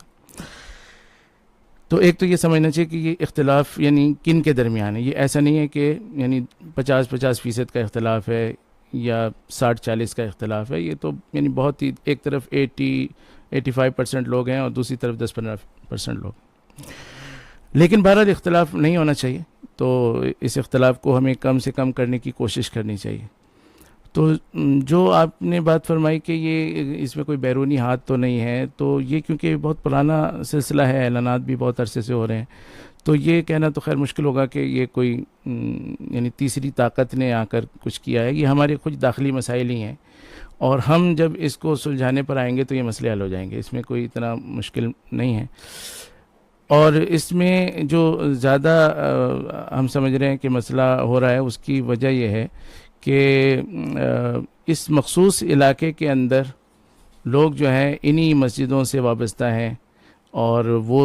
زیادہ یعنی دیگر جتنے بھی اعلانات ہوتے ہیں یا دیگر جتنی بھی تحقیقات آتی ہیں اس پہ زیادہ توجہ نہیں دے رہے ہیں. تو یہ جو ایفیلیشن ہے لوگوں کی ان کے ساتھ، اس کی وجہ یہ بنتی ہے بظاہر کہ ان کے پاس دینی لحاظ سے بھی اس حوالے سے معلومات کچھ کمزور ہیں، اور فنی لحاظ سے بھی جو فلکیات کا فن ہے اس کے لحاظ سے بھی معلومات کم ہیں. تو جیسے مفتی محمد صاحب نے ارشاد فرمایا کہ ہم ان علاقوں میں معلومات کو عام کریں، کیونکہ اختلاف جو ہوتا ہے نا یہ بنیادی طور پہ 2 افراد کی معلومات کے اختلاف کی وجہ سے ہوتا ہے. اگر ہم معلومات کو عام کریں گے اور ہم اس بحث میں نہیں پڑھیں گے کہ صحیح کون ہے غلط کون ہے، اس بحث میں نہیں پڑھیں گے، تو بالآخر کچھ عرصے بعد جا کے ہماری معلومات قریب ہو جائیں گی اور اس کی وجہ سے ہمارے اختلافات کم ہو جائیں گے. اچھا، سرکاری طور پہ گورنمنٹ کو کیا کرنا چاہیے؟ وہ ظاہر ہے کہ یہ بھی نہیں ہونا چاہیے کہ اپنی ریٹ قائم کرنے کے لیے افراتفری مچا دی جائے، اور یہ بھی نہیں ہونا چاہیے کہ معاملات کو ایشو بننے دیا جائے اور بہت زیادہ آزادی دی جائے. تو اس حوالے سے اس دفعہ ہم نے یہ بہتری دیکھی کہ جو وفاقی مذہبی امور وزیر مذہبی امور ہیں سردار یوسف صاحب، وہ گزشتہ سال جامعہ بھی تشریف لائے تھے، بلکہ 2 دفعہ تشریف لائے تھے، اور ساتھ ہی ساتھ وہ وہاں پر ان علاقوں میں بھی جا رہے ہیں اور وہاں بھی بات کر رہے ہیں اور کوشش کر رہے ہیں. تو حکومت کی سرپرستی میں ایک محبت بھرے انداز میں ان لوگوں کے ساتھ بات چیت کا آغاز، مذاکرات اور ان کی باتوں کو سمجھنا کہ وہ کس وجہ سے یعنی مرکزی کمیٹی کے کسی غلطی کی وجہ سے وہ ناراض ہیں، یا وہ ان کے پاس کچھ اور ایسی وجوہات ہیں جس کی وجہ سے وہ سمجھتے ہیں کہ ان کا اسٹینڈ لینا ضروری ہے، یا گورنمنٹ کا ان کے ساتھ رویہ اچھا نہیں ہے. مطلب بات کیا ہے، ایشو کیا ہے، تو وہ اس کو سمجھنے کی شاید کوشش ہو رہی ہے. اور یہ بہت اچھا اسٹیپ ہے، کیونکہ اوپر سے جب تک حکومت نہیں آتی تو اور حکومت کے آنے کا انداز بھی اگر اچھا نہیں ہوتا تو پھر اس سے مسائل بڑھتے ہیں. اس وقت حکومت آ بھی رہی ہے اور ساتھ ہی ساتھ اس کا انداز بھی کافی مناسب ہے. تو اگر اسی انداز کو آگے بڑھایا جائے اور یہاں سے جیسے جامعہ رشید کا انداز ہے کہ وہ اپنے مختلف میڈیا کے ذریعے سے، اپنے کورسز، شارٹ کورسز کے ذریعے سے ایک اویئرنیس کریٹ کرتا ہے علماء کے اندر بھی اور عوام کے اندر بھی. تو عوام کو ایجوکیٹ کریں ہم اور ساتھ ہی ساتھ ہم اوپر سے بات چیت کرتے رہیں اور آپس میں جو ہے مذاکرات کرتے رہیں اور باتوں کو سمجھتے رہیں تو ان دا لانگ ٹرم یہ انشاءاللہ مسئلہ حل ہو جائے گا. اور اگر ہم اس کو جلدی حل کرنے کی کوشش کریں گے تو یہ مسئلہ شاید خراب ہو جائے. اور ایک آخری بات اس میں یہ سمجھنے کی ہے کہ اس مسئلے کو حل کرنا یا حل نہ ہونے دینا یہ آج کل میڈیا کے ہاتھ میں ہے. کیونکہ اگر میڈیا اس مسئلے کے تمام اسٹیک ہولڈرز کو کچھ وقت دے گا اور ان کی عزت نفس رکھے گا اور ان کو سنبھلنے کا مذاکرات کرنے کا موقع دے گا تو یہ مسئلہ حل ہو جائے گا. اور اگر وہ بیچ بیچ میں ایشو اٹھاتا رہے کہ یہ صحیح ہے وہ صحیح ہے ایسا کیوں ہوا ویسے کیوں ہوا کس کی غلطی ہے تو یہ وہ چیزیں ہیں جن کی وجہ سے لوگ پھر ڈیفینسو ہو جاتے ہیں. وہ اپنے دفاع کرنے میں پھر کوئی اور باتیں شروع کر لیتے ہیں, اس سے پھر وہ ایشو پھیلتا چلا جاتا ہے. تو میڈیا کو یعنی سوشل میڈیا پہ تو ظاہر ہے اتنا بڑا ایشو نہیں ہے, لیکن جو ہمارا الیکٹرانک میڈیا ہے اس کی ذمہ داری ہے کہ وہ اس مسئلے کو حل کرنے کے لیے اپنی جو ترجیحات ہوتی ہیں, جو بریکنگ نیوز ان کو چاہیے ہوتی ہے, یہ اس قسم کی ترجیحات کو ترک کرے اور اس مسئلے میں جو ہے وہ ہماری طرح یعنی گورنمنٹ کی طرح علماء کی طرح یعنی اس میں ایک معاون بنے کہ ہم اس مسئلے کو کس طرح بہتر انداز سے حل کریں. اگر یہ سب چیزیں کور ہوں تو امید ہے کہ مسئلہ حل ہو جائے گا. جزاکم اللہ مفتی صاحب, بہت ہی تفصیل سے آپ نے سوال کا جواب دیا ہے. اور ناظرین, رواداری, پیار, محبت, ایک دوسرے کی بات کو, ایک دوسرے کی کڑوی بات کو بھی سن کر برداشت کرنے کی کوشش اور اس کو سمجھنے کی کوشش جو ہے وہی انشاءاللہ ہمیں ایک دن ہم جسم بے شک دو رہیں لیکن یکجان کر دے گی انشاءاللہ. اور ہم اسی امید سے اور اسی یہی التجا اپنے رب کے حضور بھی رکھتے ہیں اس انعام کی رات میں کہ اللہ تعالی ہمارے درمیان جو یہ اختلاف کی ایک فضا ہے اور امت اس وقت منتشر ہے, اللہ تعالی اس سے ہمیں نجات دے اور ہمیں ایک کر دے اور اپنا ہمیں ایسا ایک ماحول عطا فرما دے کہ جس میں ہم یکجان ہو کر اور یکجہتی کا مظاہرہ کر کے خدا تعالیٰ اور نبی کریم صلی اللہ علیہ وسلم کے لائی ہوئی شریعت کو دنیا میں پھیلا سکیں اور اس کو نافذ کروانے کے لیے کوشش کر سکیں. مفتی محمد حسین خلیل خیل صاحب آج انہوں نے ابھی جوائن کیا ہے اور ہم ان کو خوش آمدید کہتے ہیں آج کی ٹرانسمیشن میں. اور سب سے پہلے تو مفتی صاحب کو بھی عید مبارک ہو اور اس کے بعد ان سے سوال بھی پوچھتے ہیں. اگلا مفتی حسین صاحب ہی کی خدمت میں رکھتے ہیں. سوال ہے شمس الرحمان صاحب تھل خیبر پختونخوا سے, پوچھتے ہیں جی کہ عید کے لیے سرکاری کمیٹی کے اعلان پر عمل کرنا یہ شرعاً کیسا ہے؟ بسم اللہ الرحمن الرحیم. تو آج کے گفتگو کا موضوع یہی چاند کا مسئلہ ہے اور اس میں جو ملک میں اختلافات چل رہے ہیں جو سب لوگوں کے لیے باعث تشویش ہے اور ساتھ ساتھ بدنامی کا بھی باعث ہے پورے ملک کے لیے اور امت مسلمہ کے لیے. تو اس حوالے سے ایک دو باتیں عرض کرنی ہے. پہلی بات تو یہ ہے کہ یہ مسئلہ کمپلیکیٹڈ اور معقد بالکل نہیں ہے, یہ بہت ہی سیدھا سادہ مسئلہ ہے. اگر ہم حقائق پہ جائیں اور اس کا جو اصل خلاصے کی بات ہے وہ ہم نکالیں تو اس مسئلے میں کوئی لمبی چوڑی تفصیلات نہیں ہے, نہ فنی لحاظ سے اور نہ فقہی لحاظ سے. سب اہل افتاء حضرات جتنے بھی ہیں جو کچھ دنیاوی علوم کا بھی سمجھ بوجھ رکھتے ہیں, خود صوبہ سرحد کے جو اہل افتاء ہیں, صوبہ سرحد کے ایک بڑے مفتی کی کتاب ہے وہ سب کو میں ریکمنڈ کروں گا کہ وہ پڑھ لے اور اس کو سمجھ لے. وہ ہے مسئلہ رؤیت ہلال مسئلہ اور حل. رؤیت ہلال مسئلہ اور حل. تو اس میں بڑے اچھے اسلوب میں انہوں نے دونوں پہلوؤں کو لیا ہے, فنی پہلو کو بھی اور شرعی کو بھی. اس کا خلاصہ میں دو الفاظ میں اگر عرض کر دوں جس سے اگر کوئی صحیح سلیم العقل اور سلیم الفطرت آدمی ہو تو اس کے ذہن میں کوئی شبہ نہیں رہے گا. وہ فرماتے ہیں اور یہ ہماری اپنی جامعۃ الرشید کا جو فن ہے یہاں تحقیقات ہے اس کا نچوڑ بھی یہی ہے کہ اہل فن جب یہ بات کہے کہ چاند نہیں ہے, قابل رؤیت نہیں ہے, ممکن نہیں ہے کہ چاند نظر آئے, تو یہ بات قطعی اور یقینی ہوتی ہے. یہ 2 اور 2 4 کی طرح ایک بدی ہی, ایک مضبوط, ایک قطعی اور ایک بلا ریب اور بلا تردد بات ہوتی ہے. اس میں کوئی پہلو شک کا نہیں ہوتا, نہ اہل فن کے نزدیک اگر وہ سب اس پر متفق ہو اور نہ فقہی حوالے سے. اہل فن کے نزدیک تو بات تو ان کے اتفاق سے سامنے آئے گی اور اس کے لیے رصدگاہ ہے اور ماہرین ہے, اور اس میں ایسا نہیں ہے کہ اندھا دھند معاملہ ہے کہ کوئی گیا اور اپنی رائے دے دی, بلکہ آلات اور جتنے بھی اصول ہیں ان سب کو پیش نظر رکھ کر ایک رائے قائم کی جاتی ہے. تو ان کی طرف سے رائے آنے میں تو کوئی دو رائے اور کوئی اشتباہ والی بات نہیں ہے. تو اس طرف سے تو یہ سائڈ محفوظ ہے کافی حد تک. رہی فقہی حوالے سے بات, تو یہ بات سب حضرات کو معلوم ہے جتنے بھی اہل علم ہے کہ جو گواہی بداہت کے خلاف ہو اور جو گواہی ظاہر کے خلاف ہو تو وہ کل عدم ہوتی ہے، وہ گواہی نہیں ہوتی۔ اس لیے کہ گواہی جو ہے یہ بھی خبر کی ایک قسم ہے۔ خبر کی 3 قسمیں ہیں، ایک خبر ہے، ایک اقرار ہے اور ایک شہادہ ہے۔ فرق یہ ہے کہ خبر میں ایک آدمی کسی چیز سے متعلق خبرداری دے رہا ہوتا ہے، لیکن وہ قاضی کے سامنے مجلس قضا میں اشہدو کے الفاظ سے نہیں ہوتا، اور یہی خبر جب قاضی کے سامنے قضا کی مجلس میں ہو، شہادت کے قسمیہ الفاظ کے ساتھ ہو، تو پھر یہ شہادت کہلاتی ہے۔ اب کوئی بھی خبر ہم دنیا کی لے لیں، کوئی آدمی اگر ہمیں کہے کہ زید نے خالد کو مارا فلاں مہینے کی فلاں تاریخ کو، اور اس تاریخ کو زید فوت ہوا ہو، یہ بات سب لوگوں کو معلوم ہو، تو کوئی قاضی یہ ممکن ہے کہ اس گواہی کو لے؟ بالکل ممکن نہیں ہے، نہ تو حصی حوالے سے ممکن ہے اور نہ شرعی حوالے سے ہے۔ تو بالکل یہی کیفیت چاند کے مسئلے میں بھی ہے۔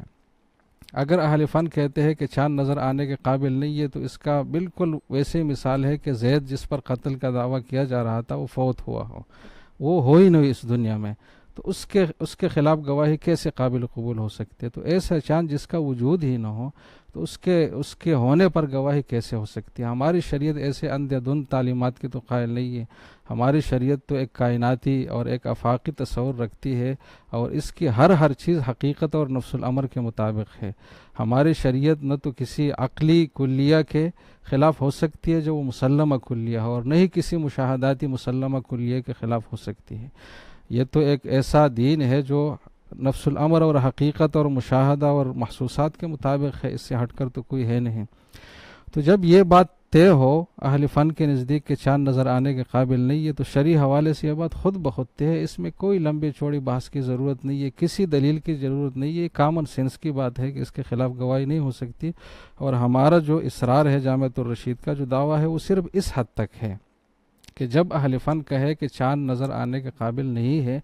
تو گواہی نہ لی جائے، اس گواہی کو کالعدم قرار دیا جائے، کائن من کان، گواہی دینے والے جو بھی ہو، وہ جتنا بھی نیک صالح آدمی ہو، لیکن اس کو غلط فہمی ہوئی ہوگی۔ اور صحابہ کی تاریخ اور ہماری تاریخ اس سے بری پڑی ہے کہ بہت بڑی بڑی شخصیات کو غلط فہمیاں ہوئی، اور اسی مجلس میں غلط فہمی کا جب اظہار ہوا تو انہوں نے رجوع بھی کر لیا۔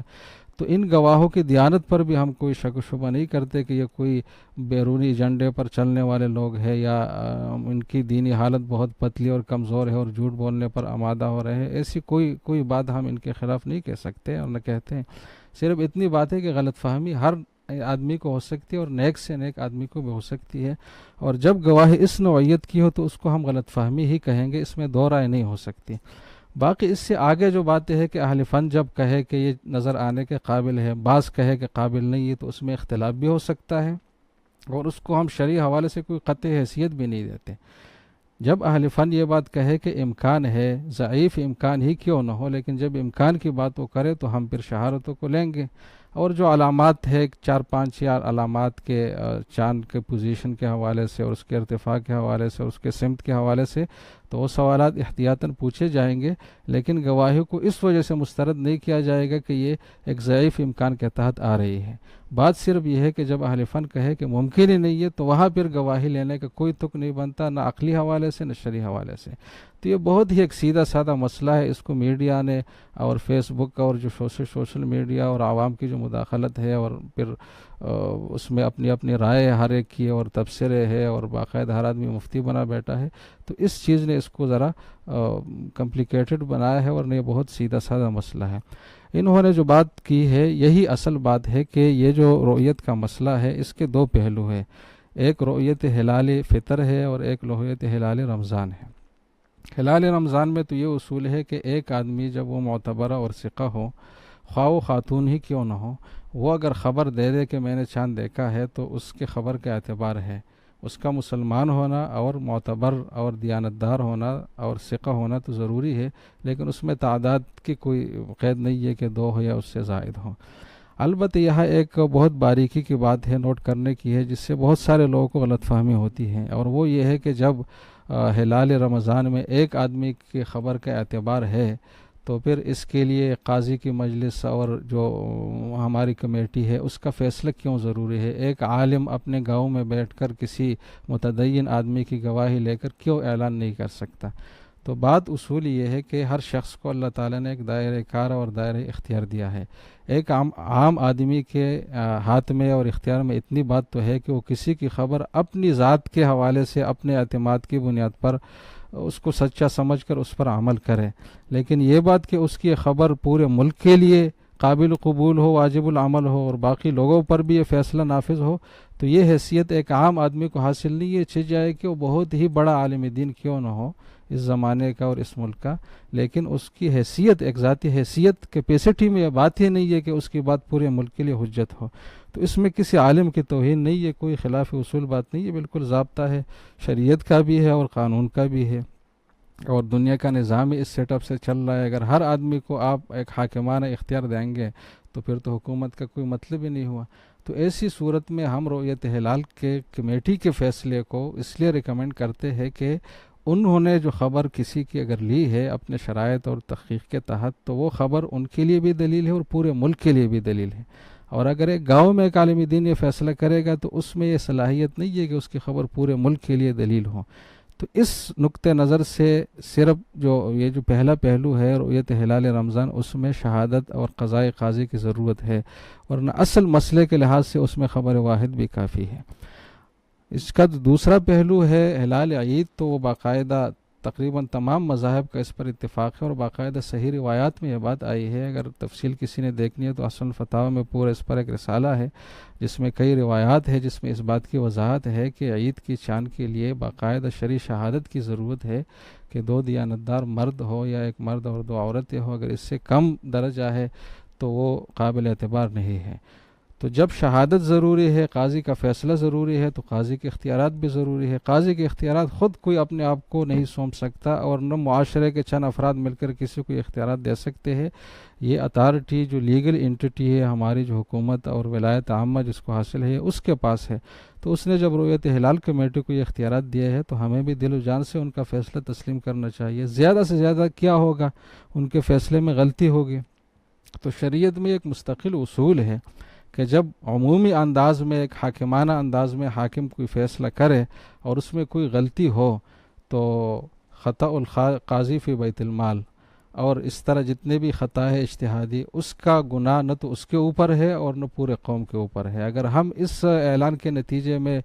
خدا نخواستہ ایک روزہ کم رکھے تو اس کا گناہ ہمارے اوپر نہیں ہوگا، اس لیے کہ ہمارے لیے جو دائرہ کار تھا اس پہ ہم نے عمل کیا اور اس دائرے میں رہ کر ہم نے عبادت انجام دینے کی کوشش کی. تو اگر اس میں کوئی کمی بیشی رہے تو یہ کوئی تشویش والی بات نہیں ہے. حج پہ ہم دیکھیں ان کے اعلان میں کئی بار ایسا ہو چکا ہے کہ سعودی عرب نے اپنے تاریخیں پیچھے کی ہے اور اعلان واپس لیے ہے، جس کے مطابق حج اور عمرہ اور بہت سارے عبادات جو موقت عبادات ہے وہ ہو چکی ہوتی ہے، لیکن کسی مفتی نے نہیں کہا کہ یہ عبادات بیکار ہے اور لغو ہے اس لیے کہ غلط تاریخوں میں ہوئی تھی. اس لیے کہ شریعت کا مستقل اصول ہے کہ ایسی غلطی کو بھی صحیح تسلیم کیا جائے گا اور اس پر کوئی غلط کا حکم نہیں لگایا جائے گا. تو اس میں کوئی پریشان ہونے والی بات نہیں ہے اگر اس مسئلے کو ہم حقیقت کے ساتھ لیں. باقی اگر اضافی چیزیں اس میں کوئی ملانا چاہے اپنے جذبات اور اس کو مشکل بنانا چاہے تو یہ مشکل سے مشکل بھی بن سکتا ہے. تو اس سوال کا جواب یہ کہ رؤیت ہلال کمیٹی ہی کا فیصلہ اس باب میں حرف آخر ہے. صرف انہوں نے جو تعبیر اختیار کی ہے نا کہ کیا ان کو یہ اختیار ہے، ایسا مطلب یہی انہی کا ہی حق ہے، کسی اور کوئی اختیار ہی نہیں ہے سر سے، اور اسی کے مطابق چلنا چاہیے. اس میں وحدت امت بھی ہے، فقہ پر بھی عمل ہے، عقل کے تقاضوں کے مطابق بھی ہے، دین اسلام کی سالمیت بھی ہے، ہماری نیکنامی بھی ہے، اور جتنی بھی خوبیاں ہے اسی جہت میں، اور پھر جتنی بھی برائیاں ہے وہ دوسری جہت میں ہے جس پر مفتی حضرات نے، بڑے حضرات نے بات کی ہے. تو یہ اس سوال کا جواب ہے. جی بہت شکریہ مفتی محمد حسین خلیل خیل صاحب. ناظرین اتنی تفصیل سے وہ وضاحت دے رہے تھے اس سوال کے جواب میں، اور یہ تفصیل اتنی بیان کرنا یقیناً یہ کڑن ہے اور فکر ہے. اور مفتی صاحب نے جواب بھی عنایت فرمایا ہے کہ رؤیت ہلال کمیٹی کا جو فیصلہ ہے وہی ماننا لازم ہے اور حرف آخر ہے. لیکن ساتھ ہی ساتھ مفتی صاحب نے دوران گفتگو اس بات پر بہت زیادہ وضاحت فرمائی کہ ہمارا مطلب قطعاً یہ نہیں ہے کہ دوسرا فریق وہ کسی ایجنڈے پر ہے، دوسرا فریق مخلص نہیں ہے، یا دوسرا فریق جو ہے وہ امت میں انتشار چاہتا ہے. ایسا کچھ بھی اس پلیٹ فارم پہ نہ سوچا جا رہا ہے، نہ دلوں میں ہے، نہ اذہان میں ہے. بالکل مفتی صاحب بھی یہی فرما رہے تھے اور ہمارا جو آفیشیل اوپینین ہے اس ٹاپک پر وہ یہی ہے کہ محض ایک غلط فہمی ہے، محض ایک بھول ہے اور کچھ ناراضگی ہے ذرا سی، اور انشاءاللہ وہ بہت جلد دور ہو جائے گی۔ ہمیں اللہ تعالیٰ کی ذات سے بہت امید ہے۔ ہمارے اکابر علماء کرام، ہمارے بڑے حضرات اور ہمارے مرشدین اور ہمارے جو اکابرین ہیں وہ اس پر سر جوڑ کر بیٹھے ہوئے ہیں، دعائیں مانگ رہے ہیں اللہ تعالیٰ کی حضور، اور یقیناً ہمیں اللہ تعالیٰ کی ذات پر کامل یقین ہے، وہ دعائیں سنتا ہے اور وہ دعائیں قبول کرتا ہے، اور اللہ تعالیٰ انشاءاللہ ہماری اس دعا کو، اس تڑپ کو بھی ضرور قبول فرما کر ہم امید کرتے ہیں، اور بلکہ ہمیں یقین ہے کہ اگلی عید پر ہم انشاءاللہ سب ایک ہوں گے۔ اور اسی امید کے ساتھ ہم اگلا سوال جو ہے وہ مفتی محمد صاحب کی خدمت میں رکھتے ہیں، اور یہ سوال حافظ سلیمان صاحب پوچھتے ہیں۔ جی عید کے حوالے سے سوال ہے جی مفتی صاحب کہ عید کا خطبہ ممبر پر دینے کا کیا حکم ہے؟ کچھ دوستوں نے کہا ہے کہ جو ہے نا یہ بدعت ہے ممبر پر چڑھ کر خطبہ دینا عید کا، تو اس حوالے سے ذرا وضاحت فرمائیں۔ عید کی نماز پڑھنے کا اصل مسنون طریقہ، مستحب طریقہ تو یہ ہے کہ کھلے میدان میں پڑھی جائے، خطبہ بھی وہاں دیا جائے،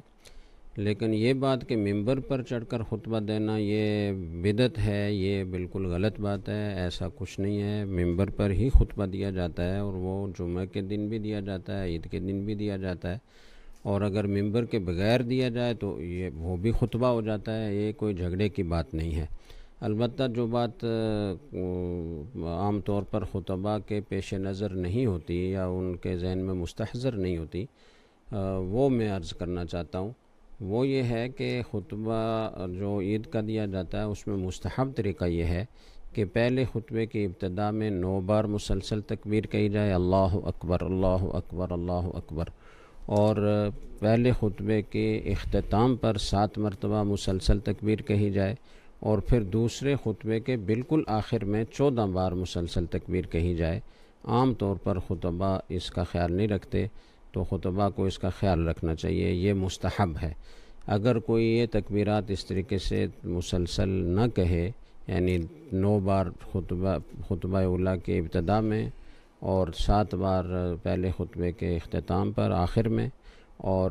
14 بار دوسرے خطبے کے بالکل آخر میں، یہ کل 30 بار تکبیر ہو جائے گی۔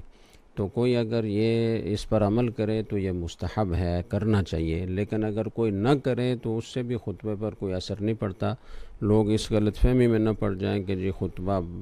دینے کا طریقہ مفتی محمد صاحب نے یہ بتایا تھا تو ہمارے امام صاحب نے تو تکبیرات نہیں کہیں لہٰذا خطبہ ہی نہیں ہوا، تو ایسی کوئی بات نہیں ہے۔ جی بہت شکریہ مصعب صاحب۔ اس حوالے سے عید کے حوالے سے ذرا مختلف میں آپ سے سوالات شروع سے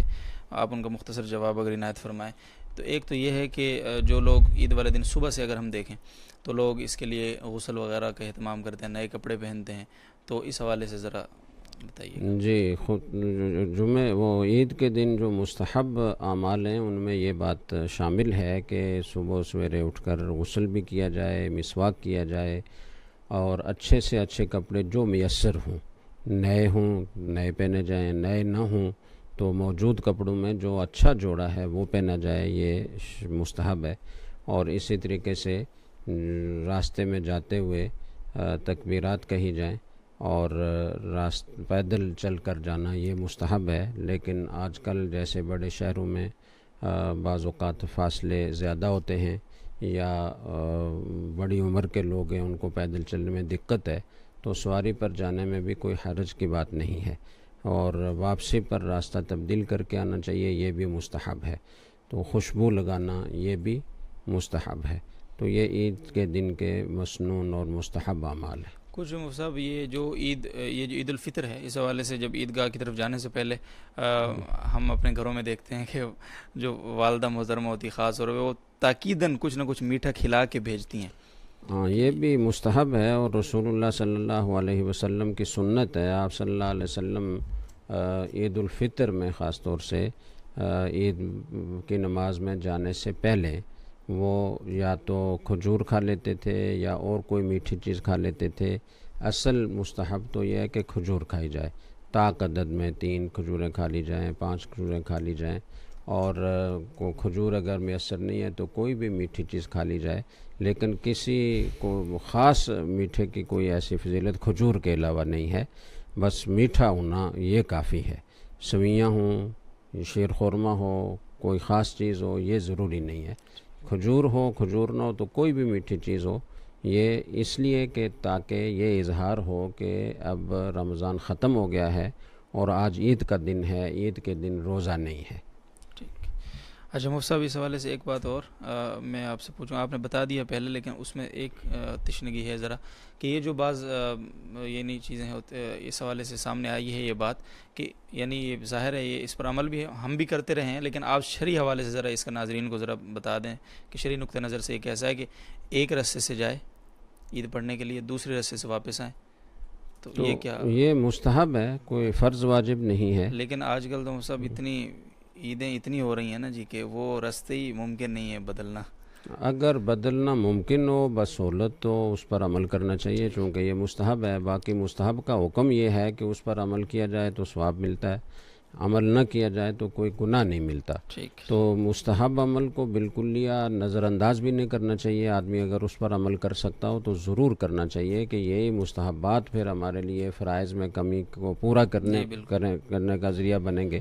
تو ان کو بالکل نظر انداز بھی نہیں کرنا چاہیے، لیکن ان پر ایسا اصرار یا ایسا غلوب بھی نہیں کرنا چاہیے کہ اس مستحب کو واجب کا درجہ دے دیا جائے اور کوئی اس پر عمل نہ کرے تو اس کو ملامت کا نشانہ بنایا جائے. یہ غلوب ہے، اس سے بھی بچنا چاہیے. بہت شکریہ مفتی صاحب. اگلا سوال ہے جی مفتی محمد حسین خلیل خیل صاحب کی طرف جاتے ہیں اس سوال کو لے کر. وہ سب ذرا یہ بتائیں کہ عید جو ہے وہ ہم اگر نبوی زندگی کا مطالعہ کرتے ہیں، سیرت کا مطالعہ کرتے ہیں، تو ہمیں یعنی یہ ملتا ہے کہ حضور نے زندگی کی صرف ایک عید مسجد میں پڑھی، وہ بھی بارش کی وجہ سے. یعنی آپ اس کی بھی تصدیق فرمائیں. اور باقی تمام عیدیں آپ علیہ الصلوۃ والسلام نے باہر نکل کر یعنی عیدگاہ میں پڑھی. جبکہ آج جو کرنٹ سچویشن ہے ہمارے معاشرے کی وہ یہ ہے کہ ہر مسجد میں ہمارے خطیب صاحب بلکہ خود وہ عید بھی پڑھا رہے تھے اور وہ خود یہی کہہ رہے تھے کہ ہمارا یہ جو قصبہ ہے یہ وہ واحد قصبہ ہے جہاں آبادی سے زیادہ عیدیں ہوتی ہیں. تو یہ ایک بڑا مسئلہ ہے کہ ہر مسجد میں عید ہوتی ہے، ایون کہ جس مسجد میں جمعہ بھی نہیں ہوتا، یہ میرا مشاہدہ ہے، وہاں بھی عید ہو رہی. تو ذرا اس حوالے سے آپ تھوڑا سا بریف کریں ناظرین کو. یہ بڑی اہم بات ہے. عید کے جو شرعی مقاصد ہے وہ دو ہی بڑے مقاصد ہیں. ایک تو اظہار تشکر ہے اللہ کے سامنے کہ جو اتنی بڑی عبادت کی توفیق اللہ نے ہمیں دی ہے، تو اس کے شکر کے اظہار کے لیے 2 رکعت پڑھنا یہ بطور شکر ہے. تو عید کی جو نماز ہے بطور شکر واجب ہے. ایک تو یہ ہے، اور دوسرا مسلمانوں کی اجتماعیت کا ایک مظاہرہ ہے. جیسے کہ عرفات میں اور حج میں مسلمانوں کی اجتماعیت کا اظہار ہے، تو یہ چھوٹے عرفات ہے، مختلف مواقع ہے جس میں مسلمانوں کی اجتماعیت باقاعدہ شریعت کے مقاصد میں سے ایک مقصد ہے. اسی وجہ سے فقہاء کرام فرماتے ہیں کہ شہر میں اگر بہت ہی بڑا شہر نہ ہو بلکہ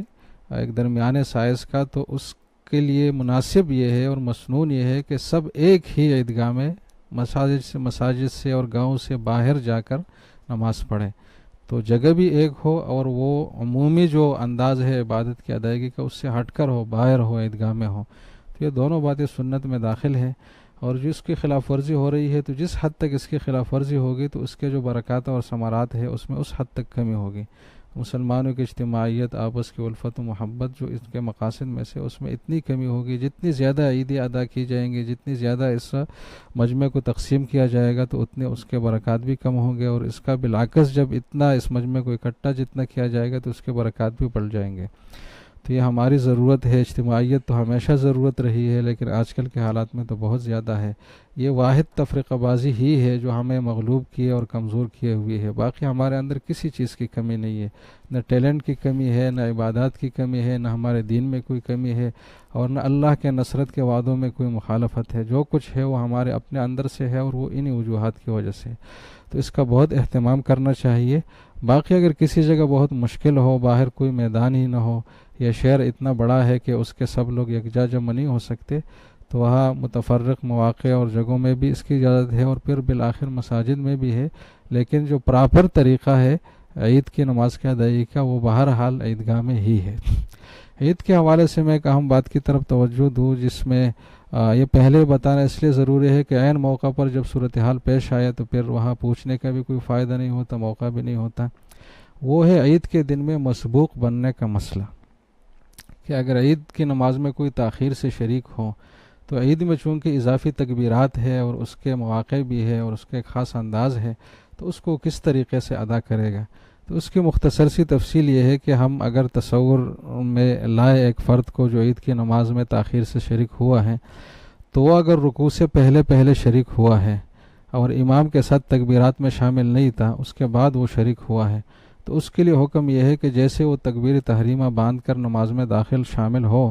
تو وہ جو 3 تکبیریں ہیں عید کی زائد تکبیرات جو واجب ہے وہ بھی ادا کرے، اور اسی طریقے سے جس طریقے سے امام ادا کرتا ہے کہ تکبیر کے لیے ہاتھ اٹھایا جائے کانوں تک اور پھر چھوڑ دیا جائے، دوسری تکبیر میں بھی ہاتھ اٹھایا جائے اور پھر چھوڑ دیا جائے، اور تیسری تکبیر میں بھی ہاتھ اٹھایا جائے اور پھر ناپ پر باندھ دیا جائے، ناپ کے نیچے جو مسنون طریقہ ہے اس کے مطابق. یہ جب رکوع سے پہلے کوئی آدمی شامل ہوا ہو. اگر ایک آدمی شامل ہوا اور امام رکوع میں ہے تو اس کے پاس 2 آپشن ہے، لیکن وہ ترتیب کے ساتھ ہے. پہلے تو وہ یہ سوچے گا کہ میں اگر یہ تکبیرات کھڑے ہو کر کہوں تو میں امام کے ساتھ رکوع میں شامل ہو سکتا ہوں، تو ایسا ہی کرے گا کہ کھڑے ہو کر ہاتھ اٹھا کر یہ 3 تکبیریں اس طریقے سے کہے گا اور پھر امام کے ساتھ رکوع میں شامل ہوگا. لیکن اگر اس کو خدشہ ہے کہ میں تکبیرات میں مشغول ہوں تو امام رکوع سے اٹھ جائے گا اور میری رکعت نکل جائے گی، تو اس کے لیے یہ بھی گنجائش ہے کہ وہ رکوع میں جائے امام کے ساتھ، لیکن وہ تسبیح جو رکوع کی تسبیح ہے اس کی جگہ وہ تکبیرات کہے. پھر جب چونکہ رکوع میں ہے، قیام کی کیفیت نہیں ہے، تو وہاں ہاتھ نہیں اٹھائے گا، بس صرف 3 تکبیریں ہی کہے گا اور رکوع میں اس کو مکمل کرے گا. اگر کہیں ایسا ہوا کہ رکوع میں اس نے 1-2 تکبیریں کہی اور پھر امام نے سر اٹھایا اور رکوع میں یہ پورا نہیں کر سکا، تو اس کے لیے یہی حکم ہے کہ یہ بھی امام کے ساتھ اٹھے گا، اور جو 1 تکبیر اس کے رہ گئی ہے وہ معاف ہے، اس کا اعادہ پھر ضروری نہیں ہے.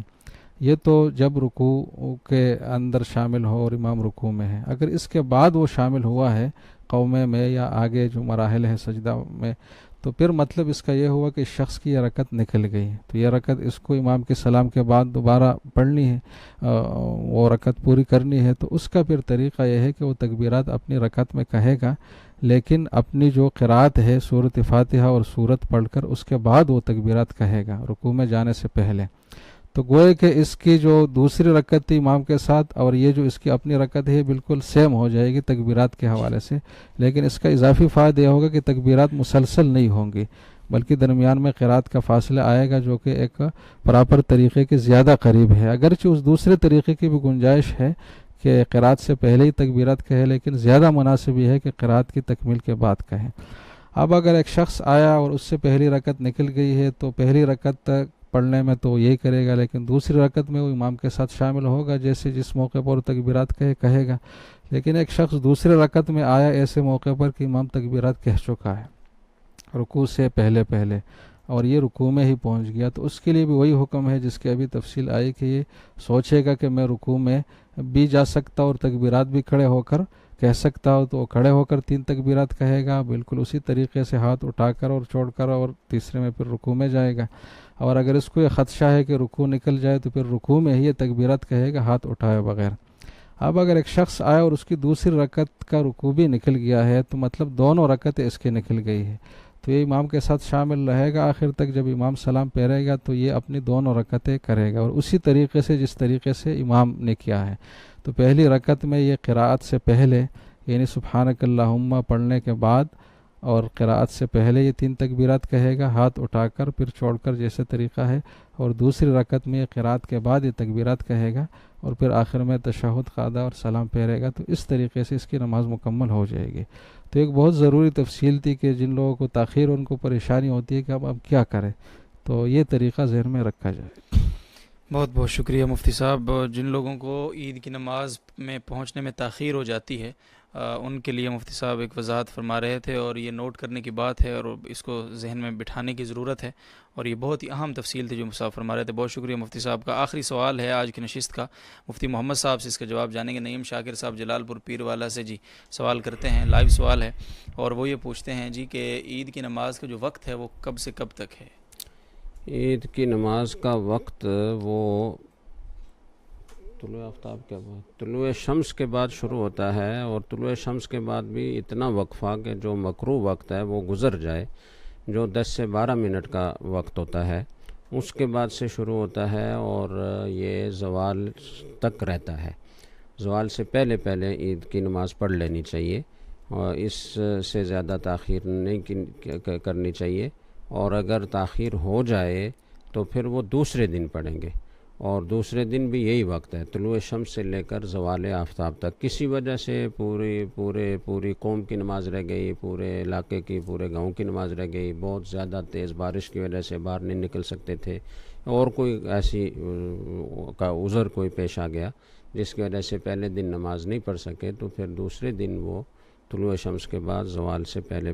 پڑھیں گے. اگر دوسرے دن بھی نہیں پڑھ سکے تو تیسرے دن بھی پڑھنے کی گنجائش ہے. تو یہ چھوٹی عید میں تو دوسرے دن ہی تک گنجائش ہے، اور عید الاضحیٰ میں تیسرے دن بھی نماز پڑھنے کی گنجائش ہے. تو یہ وقت یہ ذہن میں رکھنا چاہیے. لیکن دوسری بات یہ ذہن میں رکھنی چاہیے کہ عید الفطر تھوڑی سی تاخیر سے پڑھنی چاہیے، تاکہ لوگ اگر فطرانہ رمضان میں ادا نہیں کر پائے تو وہ فطرانہ ادا کر لیں، صدقۃ الفطر ادا کر لیں، اور آرام سے تیار ہو کر عید کی نماز کے لیے پہنچ سکیں. اور عید الاضحیٰ میں چونکہ قربانی کرنا ہوتی ہے تو اس لیے اس کو جلدی پڑھنا مستحب ہے، تاکہ لوگ قربانی کے لیے جلدی فارغ ہو سکیں. بہت بہت شکریہ مفتی صاحب. اور آج یہ چونکہ کل عید ہے، عید اسپیشل کے عنوان سے ہماری ٹرانسمیشن الحمدللہ ناظرین و سامعین تک پہنچتی رہی ہے ابھی تک گزشتہ ایک سوا گھنٹے سے، اور آپ نے تفصیل سے چاند کے حوالے سے، رؤیت ہلال کے حوالے سے، اور عید کے متعلق سوالات کا جواب مفصل انداز میں جانا ہے، سنا ہے، اور یقیناً آپ نے اس کو اپنے دل و دماغ میں جگہ دی ہوگی. مفتی محمد صاحب سے گزارش ہے کہ کچھ بھی آپ ناظرین کے لیے عید کے حوالے سے کوئی پیغام دینا چاہیں تو پلیز. ایک تو میں اپنے سب ناظرین کو عید کی مبارکباد پیش کرتا ہوں. اصل وقت تو اس کا عید کے دن ہوتا ہے، لیکن چونکہ اب عید کے دن ہماری آپ سب سے ملاقات نہیں ہو سکتی تو ہم پیشگی آپ کو سب کو عید مبارک کہتے ہیں. عید مبارک علیکم تقبل اللہ منا و منکم، یہ بات صحابہ کرام سے یہ الفاظ منقول ہیں. تو اللہ تعالیٰ سب کے لیے اس عید کو مبارک بنائے اور سب کی عبادات کو قبول فرمائے. اللہ تعالیٰ نے جو توفیق عطا فرمائی روزے رکھنے کی، تراویح پڑھنے کی، تلاوت کرنے کی، تو اللہ تعالیٰ سب ان عبادات کو قبول فرمائے. اگر کسی میں کوئی کوتاہی رہ گئی ہے اور کسی نے گناہوں سے بچنے کا اہتمام نہیں کیا تو یہ عید کا دن بھی بہت اہم ہوتا ہے، اور عید کی رات خاص طور سے یہ بھی عبادت کی رات ہے، اور اسے لیلۃ الجائزہ کہا گیا ہے کہ عید کی رات کو اللہ تعالیٰ کی طرف سے انعام ہوتا ہے اپنے بندوں پر. انہوں نے میری پورا مہینہ عبادت کی، روزے رکھے، تراویح پڑھی، تو اس رات کو اللہ گلے میں، شور و شغب میں، یا خدا نخواستہ اللہ تعالیٰ کی معصیت میں نہ گزاریں، بلکہ بقدر ضرورت اپنی ضرورات کی طرف متوجہ ہوں اور عبادت میں گزاریں، دعائیں کرنے میں گزاریں، اور آرام کی ضرورت ہو تو آرام بھی کر سکتے ہیں. اور عید کا دن بھی اسی طریقے سے بہت اہم ہے، اور اس میں بھی اللہ تعالیٰ کی طرف سے مغفرت ہوتی ہے. اور حدیث میں آتا ہے کہ اللہ تعالیٰ فرشتوں کے سامنے فخر کرتے ہیں اپنے ان بندوں پر جو اللہ کی عبادت کے لیے جوک در جوک جمع ہوتے ہیں، اور یہ فرماتے ہیں کہ تم گواہ رہو اور میری عزت کی قسم، میرے جلال کی قسم، میں نے ان کو معاف کر دیا ہے اور میں ان کی دعاؤں کو آج قبول کروں گا. تو یہ قبولیت دعا کا بھی وقت ہے. تو اپنے لیے جہاں آپ دعا کریں وہاں ہمارے جامعہ کے لیے بھی دعا کریں، جامعہ کے سارے شعبوں کے لیے دعا کریں. خاص طور سے یہ جو لائیو ٹرانسمیشن شروع ہوئی ہے، اور اس سے انشاءاللہ پوری قوم کو مسائل شریعہ کی رہنمائی بھی ملے گی، دوسرے دینی شعبوں کے بارے میں بھی رہنمائی ملے گی. اس کی کامیابی کے لیے بھی دعا فرمائیں، اور ہمارے اخلاص کے لیے بھی دعا فرمائیں کہ اللہ تعالیٰ ہمیں اخلاص بھی عطا فرمائے، وہ صلاحیت بھی عطا فرمائے کہ ہم اپنی قوم کی اچھی رہنمائی کر سکیں، اور پوری امت مسلمہ کے لیے دعاؤں کا اہتمام کریں. اور خاص طور سے جو ہمارے مظلوم مسلمان بھائی جگہ جگہ ظلم و ستم کا نشانہ بنے ہوئے ہیں، ان کو اپنی دعاؤں میں یاد رکھیں. اپنے اڑوس پڑوس میں، اپنے محلوں میں سروے کریں کہ کون لوگ ہیں جو سفید پوش ہیں، کسی کے سامنے ہاتھ نہیں پھیلاتے لیکن وہ ضرورت مند ہیں اور انہیں عید کی ضرورات پوری کرنے کی وسعت نہیں ہے. تو ان کو آپ عید کی خوشیوں میں شامل کریں اور ان کے ساتھ تعاون کریں. یہی ہماری طرف سے پیغام ہے. اللہ تعالیٰ اس عید کو سب کے لیے سعید اور مبارک بنائے. بہت بہت شکریہ مفتی صاحب. ہمارے دوسرے معزز مہمان ہیں مفتی محمد حسین خلیل خیل صاحب موجود ہیں. ہم ان سے بھی درخواست کریں گے کہ ناظرین کے لیے کوئی پیغام 1-2 منٹ میں جو آپ دینا چاہیں.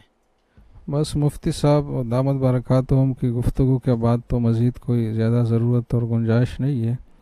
بس یہی جو بات ابتدا میں نے رکھی کہ عید کا جو بنیادی مقصد ہے وہ اجتماعیت کا اظہار ہے. تو یہ اجتماعیت صرف شکل و صورت اور ظاہری لحاظ سے نہ ہو، دلوں کے لحاظ سے بھی ہو. عید کے دل کے لیے، دن کے نماز کے لیے، عید کی نماز کے لیے آدمی ایسی حالت میں جائے کہ اس کا دل ہر ایک کے لیے صاف ہو، اور اس کے دل میں خواہش ہو، یہ کڑن ہو کہ مسلمانوں میں جو آپس میں افتراق انتشار ہے یہ نہ ہو، اور یہ عزم ہو کہ میرے استطاعت میں اور میری گنجائش میں جتنی اس کیپیسٹی ہے اس کام کے کرنے کے لیے کہ مسلمانوں میں اجتماعیت کی کوئی کوشش کروں. اور اگر اس مثبت کوشش نہیں کر سکتا تو کم از کم یہ عزم ہو کہ کوئی منفی چیز میری طرف سے ایسی نہیں ہوگی جو مسلمانوں کی اجتماعیت کو، وحدت کو، ان کی یگانگت کو نقصان پہنچانے والی چیز ہو. تو اس عزم کے ساتھ ہم عید کی نماز میں جائیں تو ظاہر کے ساتھ روح بھی انشاءاللہ ہمیں نصیب ہوگی، اور بہت بڑی سعادت جو حقیقی سعادت ہے اللہ تعالی ہمیں اس سے نوازیں گے. سب ناظرین کو پیش کی عید کی مبارکباد، اور ہمارے لیے، جامعہ کے لیے، سب شعبوں کے لیے دعاؤں کی خصوصی درخواست. بہت بہت شکریہ معزز مہمانان. آپ سے وہ مخاطب تھے، آپ کے سوالات کا جواب دیا، پہلے آپ سے محبتوں کا اظہار کیا بعد میں، اور آپ تمام حضرات کا، ناظرین و سامعین کا بے حد شکریہ. آپ پورے جو ہے نا وہ جب سے یہ ٹرانسمیشن کا اس کا آغاز ہوا ہے آپ ہمارے ساتھ جڑے رہے ہیں اور اپنے سوالات پوچھتے رہے ہیں، اور یقیناً آپ کو اس ٹرانسمیشن سے بہت کچھ سیکھنے کو ملا ہوگا، اور اسی لیے آپ سے دعاؤں کی درخواست ہر روز ہم کرتے ہیں. اور اسی طرح آج بھی آپ سے دعاؤں کی خصوصی درخواست ہے کہ جب اللہ تبارک و تعالی عرش پر بیٹھ کر اپنی اس امت پر اور اس مخلوق پر فخر کر رہے ہوتے ہیں جو اس کی عبادت میں مصروف ہوتی ہے، اور فرشتوں کو بتا رہے ہوتے ہیں اور اپنی عزت اور جلال کی قسم کھا کر مغفرت کے اعلان فرما رہے ہوتے ہیں، تو اللہ تعالی ہمیں بھی اس سے خاطر خواہ حصہ حاصل کرنے کی توفیق عطا فرمائے. ناظرین، ایک بات یاد رکھیے کہ عید کی ان خوشیوں میں جہاں آپ خود شریک ہیں، اپنے بچوں کو آپ شریک کرتے ہیں اور ان کے لیے آپ بہت زیادہ اہتمام کرتے ہیں، کپڑوں کا، جوتوں کا، دیگر چیزوں کا، ضرور کیجئے. ایک ایک بچے کو اللہ تعالیٰ آپ کو توفیق دے، 10 20 جوڑے ضرور پہنائیں آپ، لیکن پس دیوار ذرا ایک نظر آپ ضرور دوڑا لیں کہ آپ کی دیوار کے ساتھ کچرا کنڈی پہ پڑے ہوئے جو پھلوں کے، جو فروٹ کے چھلکے ہوتے ہیں، ان کو کوئی یتیم حسرت بھری نگاہوں سے دیکھ کر آنسو تو نہیں بہا رہا. یہ دیکھنا اور اس بات کا ادراک اور احساس کرنا یہ ہمارے لیے، ہماری انسانیت کے لیے بہت ضروری ہے. یہ ہمارے انسان ہونے کا بہت بڑا ثبوت ہے. خاص طور پہ ان خوشیوں کے موقع پر اس چیز کا احساس کرنا بہت ضروری ہے. اور آپ جس طرح ممکن ہو سکے فطرانے کی شکل میں، زکوٰۃ کی مد میں، نفلی صدقات کی صورت میں، یا ویسے عطیات کی صورت میں آپ اپنے عزیز و اقارب، رشتہ دار جو مستحق ہیں اور دیگر جو لوگ آپ کے اڑوس پڑوس میں بستے ہیں ان کو ضرور خیال رکھیے گا کہ یہی آپ کی زندگیوں میں حقیقی خوشی بھرنے کا ایک بہت بڑا سبب ہوگا. آپ علیہ الصلوۃ والسلام ایک بچے کو جو عید والے دن تنہا کھڑا ہوا، مایوس کھڑا ہوا تھا، اس کو لے کر کیسے گھر میں تشریف لائے، اور حضرت امی عائشہ صدیقہ رضی اللہ تعالیٰ عنہ سے کیا کہا، اور یہ ان کو یہی بتایا کہ یہ میرا بیٹا ہے اور ان کو آپ تیار کریں، اور پھر ان کو تیار کروا کر پھر ان بچوں کے ساتھ ان کو لے کر گئے. اور وقت کا پیغمبر کا جو ہمارے پیغمبر ہیں، جن کے ہم نام لیوا ہیں، جن کے ہم غلام ہیں، جن کی عزت اور ناموس میں مر مٹنے کو تیار ہیں، ان کا عمل ہمارے سامنے ہے، اور عید بھی ہمارے سامنے ابھی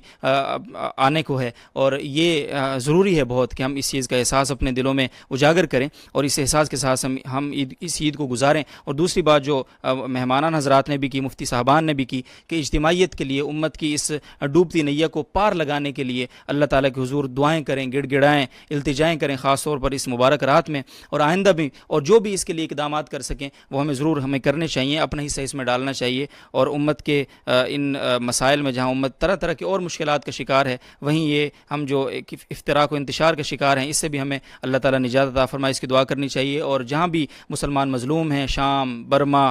فلسطین، کشمیر، عراق، اور جہاں دیگر جو بھی دنیا بھر کے جہاں بھی جس بھی علاقے میں مسلمانوں پر ظلم ہو رہا ہے اور وہ ظلم کی چکی میں پس رہے ہیں، اللہ تعالیٰ ان کی مدد و نصرت فرمائے، اور ظالموں کو اگر وہ ہدایت کے قابل ہیں ہدایت نصیب فرمائے، ورنہ ان سے ہمیں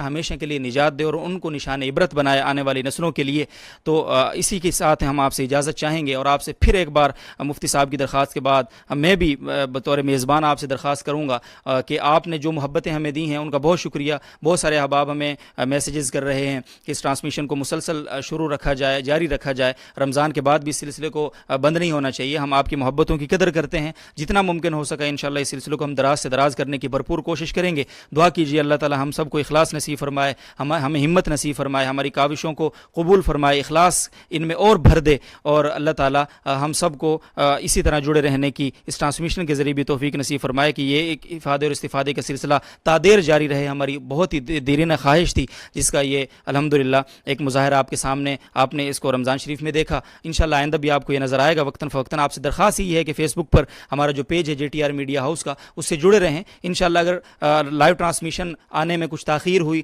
یا اس کا کوئی اور بھی شیڈول طے ہوا تو آپ کو دیگر بہت ساری چیزیں روزانہ کی بنیاد پر ملتی رہیں گی جو آپ کے لیے بہت زیادہ فائدہ مند ثابت ہو سکتی ہیں. انشاءاللہ العزیز آپ سے درخواست ہے کہ آپ جس طرح اپنے لیے, اپنے عزیز و اقارب, والدین, بہن بھائیوں کے لیے, دیگر لوگوں کے لیے, اپنے متعلقین کے لیے دعائیں کریں گے اور ان کے لیے آپ اللہ تعالیٰ کے حضور ان کے لیے بہت کچھ مانگیں گے, اسی میں ہمارا حصہ ضرور رکھیے گا. ہمیں اپنی دعاؤں میں یاد رکھیے گا. اس ادارے کو, اس JTR میڈیا ہاؤس کے اس ٹرانسمیشن کے اس پوری ٹیم کو, اس سیل کو آپ ضرور دعاؤں میں یاد رکھیں. اللہ تعالیٰ ہم سب کا حامی و ناصر ہو. اسی کے ساتھ ہم آپ سے اجازت چاہتے ہیں. وآخر دعوانا الحمدللہ رب العالمین. السلام علیکم ورحمۃ اللہ وبرکاتہ.